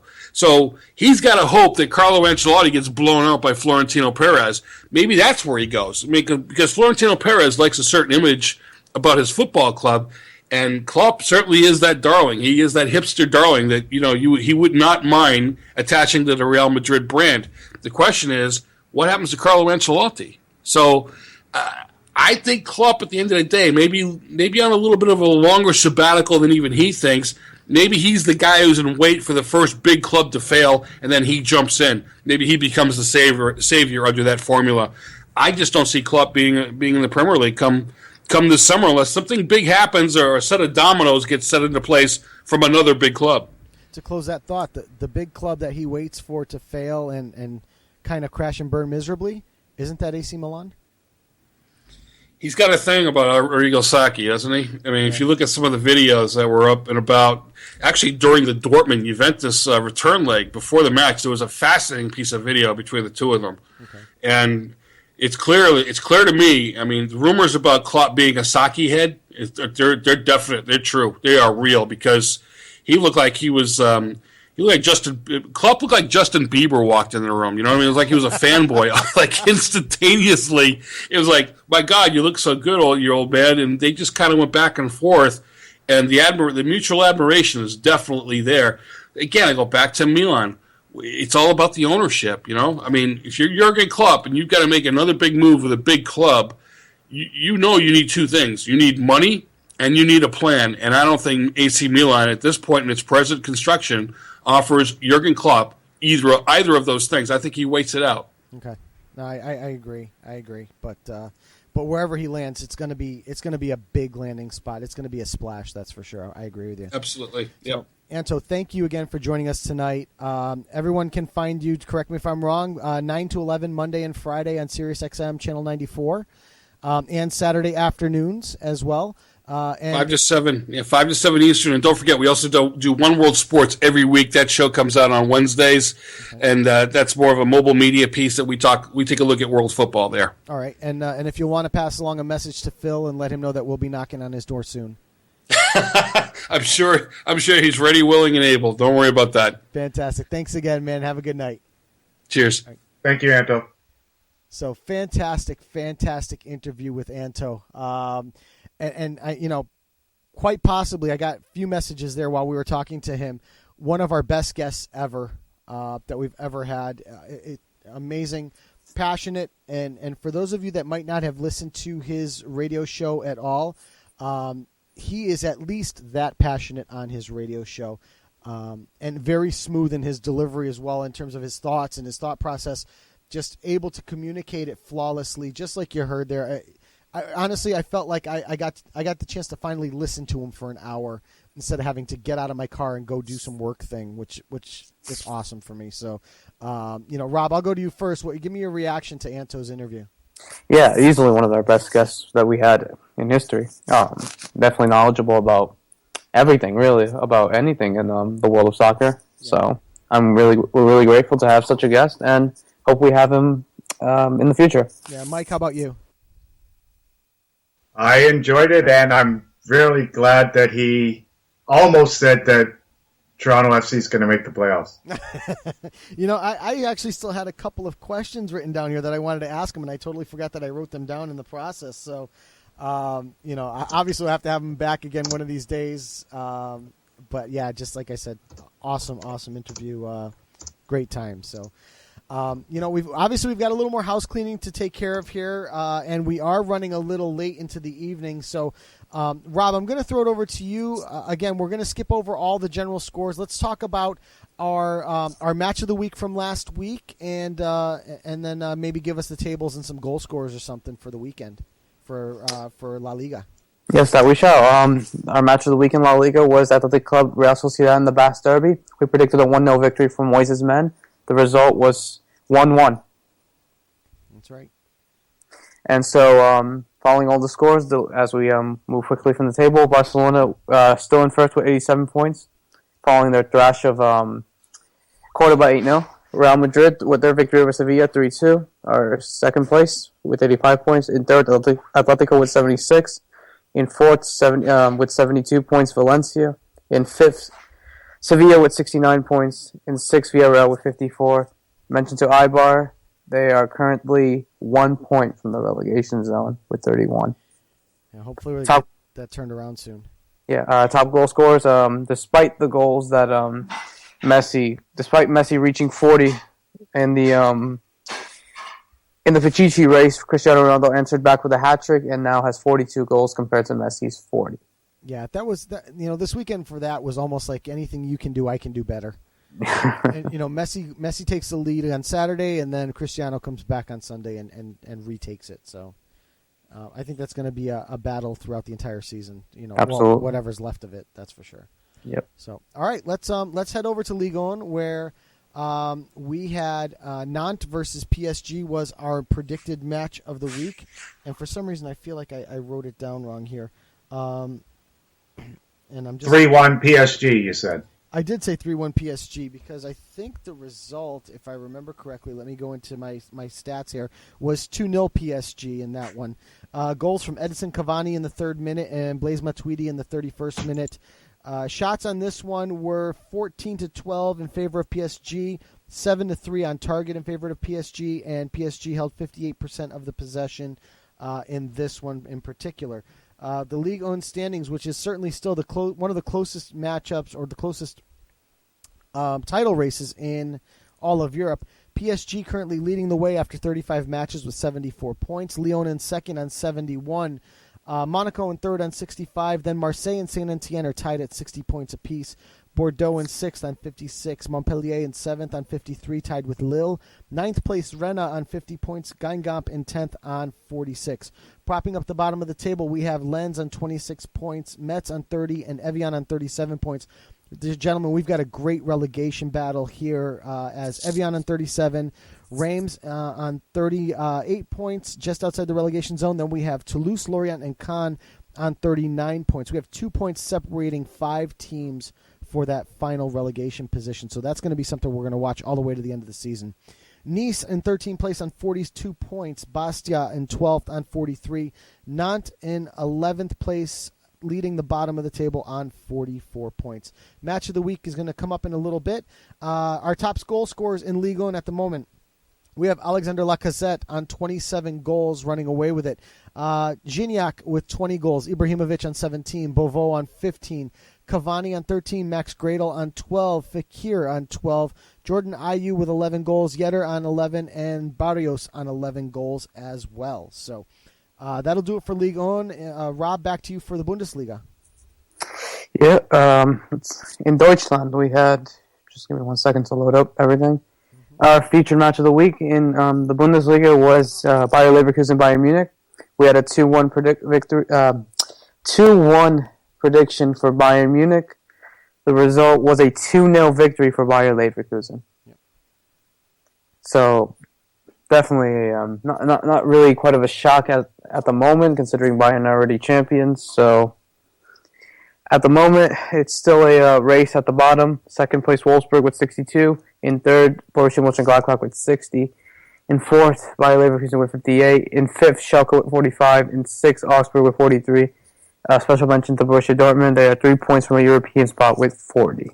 Top goal scorers are Alexander Meyer with 19, Robin with 17, Lewandowski with 16, Bas Dost with 14, and Pierre Aubameyang with 14. All right. Let's head over to the Serie A, where our predicted match of the week was Juventus-Fiorentina. We predicted a 1-1 draw, or at least I did. And I got this one wrong, with Juventus winning this one 3-2. Goals in this one, Gonzalo Rodriguez for Fiorentina with a penalty in the 33rd minute. Fernando Llorente in the 36th to make it 1-1. Then Tevez in the 45th minute. Rodriguez missed a penalty in the 67th minute. Another goal by Tevez in the 70th. And Joseph Illich in the 90th minute as a consolation goal. Shots on this one, 13-12 in favor of Fiorentina. On target, 5-2 in favor of Juventus. Juventus just barely holding the possession at 51%. So moving forward to the standings in the Serie A, we have Juventus leading the way as crowned as champions earlier in the weekend after their victory over Sampdoria. 79 points leading the way. Roma in second on 64. Lazio in third on 63. Then we have Napoli on 59 points. Fiorentina on 52. Sampdoria on 51 points. Genoa on 50. Inter on 49 points in 8th place. Torino in 9th place on 48 points. And then Palermo and AC Milan tied for 10th place on 43 points. Propping up the bottom of the table, Parma, having made up all the games that they skipped earlier in the season, on 16 points. Cesena on 24 points. Cagliari on 27 points. Then outside the relegation zone by 6 points is Atalanta on 33, Sassuolo on 37, Empoli on 38, Verona on 39, and Chievo and Udinese on 41 points apiece. Top goal scorers in Italy, we have Carlos Tevez currently leading the way with 20 goals. Mauro Icardi in second place with 18 goals with Luca Toni. Jeremy Menez on 16 goals. Gonzalo Higuain on 16 as well. Then we have a bottleneck at 6th place with Quagliarella, Di Natale, and Dybala, who is possibly going to Juventus at the end of the season. Miroslav Klose in 9th place on 12 goals, and Jose Callejon for Napoli on 11 goals. Let's set it over to Mike and give us the rundown in the EPL. All right, Joe. The match of the week was Tottenham versus Manchester City. We predicted Manchester City to win 2-1. They indeed did win 1-0 on a Sergio Aguero goal in the 29th minute. Shots on goal in this one, 21 shots, amazingly, for Tottenham, 15 on goal. Joe Hart was outstanding in the game. Manchester City countered with 15 shots, 4 on goal. It was a pretty chippy game. Manchester City had 4 yellows to Tottenham's 3 yellows. It was a good game. I enjoyed it, and I thought Manchester City played fairly decent, but definitely Joe Hart was the player of the game. Did you guys see it? I did get to see a couple minutes of it, not too much, as this weekend, as you guys know, was absolutely bonkers for me. But I did get to listen to some of it as well. So I believe that was Sunday? That was Sunday at 11. Yeah. And it was right in the middle of my own soccer match, which ran a little late. So I did get to listen to the second half, but at that point the damage was done. All right, and a quick look at the team of the weekend was Boys Myhill in goal, Ivanovic, Morgan, Olsen, and Azpilicueta. I can't say it. Hazard, Delph, Shelby, Coutinho, Alua, and Benteke up front, and the manager of the week was Jose Mourinho. Quick look at the table has Chelsea at the top and champions of the Premier League on 83 points. Manchester City in second, tied with Arsenal on 70 points and ahead, just on 2-goal difference. Manchester United is in fourth place on 65 points, followed by Liverpool 61 and Tottenham in sixth with 58 points. Propping up the table is Burnley in 20th place and I believe now relegated. Not quite, but pretty much, with 26 points. QPR on 27 points. And in 18th is Sunderland with 33 points, followed closely by Hull City on 34 points. Leicester on 34 points. And Newcastle United and Aston Villa have brought themselves back into the relegation race on 35 points. Sergio Aguero added 1 to his tally this weekend and is still the Premier League leader in goals with 22.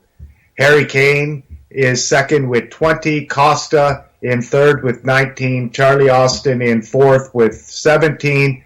And Alexis Sanchez in fifth from Arsenal with 16.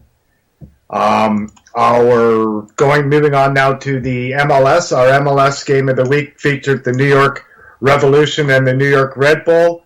We said 1-0 for the Revolution, and the Revolution did indeed win 2-1.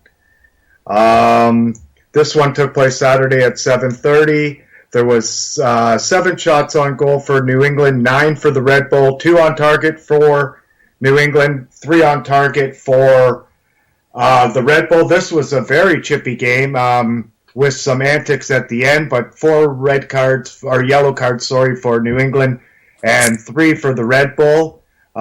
Did you guys see the pushing and shoving at the end of the game? I did with Jermaine Jones and Sasha Klestjan and one of the coaches. Yes, I did see that. And I guess it was somebody was mouthing off, I guess, all game, and then from the Red Bulls, and then I guess Jermaine Defoe at the end of the game went over and said something to him and kind of rubbed his face, and that started what went on for a few minutes. But this kind of stuff used to happen all the time, so I don't think it was that big of a deal, really. Yeah. Just shows that both teams are involved, and this is a pretty big rivalry. Like I said last week, maybe not as big as DC, New York, but definitely a big one. There was 18,296 at the MLS Gillette Stadium, and it was a pretty good game. And I think the next one will even be better, given what happened at the end of the game. Sure. The team of the week was Malaya in goal from Sporting Kansas City. London Woodbury, Boswell, Marshall, and Remick were the defenders. They're still up. Si ello está up. Or I'm going back. I'm going back. And Rob, you there? Rob, you need to mute your mic. Yep, I'm here. All right. Yeah, mute your mic, Rob. Sorry. Giovinco, Phil Hauber, Diaz, and Castillo made up the midfield. Oberfami Martins and Espindola up front. I don't know how they left Clint Dempsey off the list, but somehow he was left off. He had a great game. Did you see that back heel? Yes. I did. Yeah, he's fantastic. Yeah, that was pretty nice. Quick look at the Eastern Conference standings in the MLS. Sees the New England Revolution on top with 17 points, tied with DC United on 17 points. The Red Bulls have now dropped down to third on 13 points. Columbus in fourth with 11. Toronto FC into a playoff position with 9 points, tied with Chicago Fire. And the teams outside are Orlando on 8 points, New York City FC on 6 points, the Philadelphia Union on 6 points, and in 10th and last place in the East is the Montreal Impact on 2 points, but they have only played 4 games. So we'll see what happens for them in the coming weeks if they can carry some of the form over from the CONCACAF Champions League. The Western Division sees the very hot FC Dallas on top with 17 points, tied with the Vancouver Whitecaps, who are also on 17 points. Seattle Sounders in third place on 16 points, followed by the Galaxy with 13, and Sporting Kansas City with 13. In the last playoff spot in the West right now is the, I guess, surprising San Jose Earthquakes on 10 points. Just outside of that is also on 10 points is Houston Dynamo, I believe, behind on games played and goal difference. Portland in 8th place with 10 points. Real Salt Lake in 9th with 10 points, and in 10th place is the Colorado Rapids with 9 points. A quick look at some of the stats sees Oberfalmy Martins take over the goal scoring by himself now with 6 points, and all with 5 points are Clint Dempsey, Kai Kamara, Octavio Rivero, and Giles Barnes. The assist leader was someone who we talked about earlier. He has 5 assists, Benny Philhaber. Fabian Castillo, who is really having an outstanding season, has 5 assists. Clint Dempsey with 4, Dylan Powers, and Ethan Finley also with 4. So that's it for the MLS, Joe. All right, let's. I'll tell you what. We've done a lot of talking tonight about the Europa and the Champions League, as we have the semifinals in both leagues coming up here this week. So, my opinion. Let's skip to the week ahead. Let's preview our matches, and we'll get the answer to the trivia question, and we'll close it out. Let's start, Rob. I'm going to give it back to you real quick with La Liga. We've got Real Madrid Valencia as the match of the week. If you want to give us a quick little heads up on that one. Yeah, absolutely. Obviously, Real Madrid is a must-win, and this is a team that beat Real Madrid at home in the Mestilla. Valencia did. So it's definitely going to be a must-win for both teams if they want to. Obviously for Real Madrid, if they still want to win the title, and Valencia to maintain also a top 3 position for the final Champions League spot. Prediction, I'm going to say 1-1. I think this is a really hard Valencia side to beat down, so I'm not giving any team any slack. 1-1. 1-1 is music to every Barcelona fan's ears at this point, I would say. Absolutely. Sure. So, all right, let's. And that match is Saturday at 2 p.m. this weekend. So that's correct. Let's go over to Ligue 1, where we have a relegation battle that I kind of hinted to in the coverage of the league, which is Evian versus Reims. This is Saturday at 2 p.m. as well. Currently, Evian on 37 points in the final relegation spot. Reims is right above them on 38 points, 1 point obviously outside the relegation zone. Both teams have lost their last 2 matches coming into this one. This match is being played at Evian. I believe it's at Evian. Let me just double check again. Yes, it is at Evian. Historically, between these two, they most recently played in December with Reims taking a 3-2 home victory over Evian. And Evian, even at home, has not been able to beat them in their last 2, drawing 1-1 and 2-2 respectively. So I'm going to take a draw on this one again. I'm going to also go with a 1-1 draw between these two. I think Evian's going to have a hard time getting out of the relegation zone and into something that they'll be a little more comfortable with. So, Rob. Joe, I know we're not all giving our scores for all the games now, but for our new listener, Debbie Santos, I just want to tell her that I'm saying Real Madrid is going to beat Valencia 3-1. There you go. So, Debbie, I hope that makes you excited for this weekend's match. And going against, and then obviously making Rob a sad person at that point. So, all right, Rob, back to you for the Bundesliga. Yep, and the Bundesliga we have Borussia Dortmund versus Bayer Leverkusen. Obviously, a battle for top 3 positioning behind Wolfsburg. So it's definitely going to be a must-win for both clubs if they still want to maintain that final Champions League spot. Prediction: this Borussia Mönchengladbach team is fire at the moment, as well as Bayer Leverkusen, who just comes off a victory against Bayern Munich. Mm-hmm. I'm going to say 2-1 to Bayer Leverkusen. 2-1 to Leverkusen on the road. Yep. All right. Taking it, and that game is Saturday at 9:30. Saturday at 9:30. Yep. Serie A matchup of the week is Lazio-Inter in Rome on Sunday at 2:45 p.m. On this one, looking at the recent run of form, most recently Inter and Lazio played 2-2 draw. And in May of last year, in this leg in Milan, Inter posted a 4-1 victory. But these teams have been fairly evenly matched. actually, no, I'm sorry. Let me take that back. Lazio's had the better of Inter. That 4-1 victory for Inter is the only one in the last 6 matches. 4 wins, 1 draw, 1 loss for Lazio in that time frame. Lazio currently on 3rd place. Inter in 8th place, trying to fight into that last Europa position. Lazio's really fighting Roma for that 2nd spot and the automatic berth into the group stages of the Champions League. I'm going to take Lazio in this one with a 3-1 victory. I think they're really going to be fighting for that last spot right to the end. So, Mike, over to you, sir, for the EPL match of the week. All right. Only one match really stands out in the Premier League this weekend. It is not a very juicy matchup fixture list. But Chelsea taking on Liverpool Sunday at 11 a.m. is still going to be a good match, I would think. I am going to take Chelsea 2-0 over Liverpool. Okay, that's at Stamford And Bridge. Liverpool will be giving the guard of honor to Chelsea. Yes, they would be doing that. That's right. Okay, and our MLS game of the week, which I did run through FIFA Simulator, Sunday at 7 p.m. sees the Red Bulls take on New York City FC. And in a bit of an upset, New York City FC is going to win 1-0. Wow, that would only be their 2nd win of the season if that happens. And is it a home win if it happens in New York City? Either way. It's not even in New York City. Also want to mention that Liam says that he's going to be in attendance for the match. I believe he's mentioning the Liverpool-Chelsea match. So hopefully he'll be able to tweet a trip report for us, to let us know how that went. So I'll be doing the live for Red Bulls New York City FC for Vavel. Oh, cool.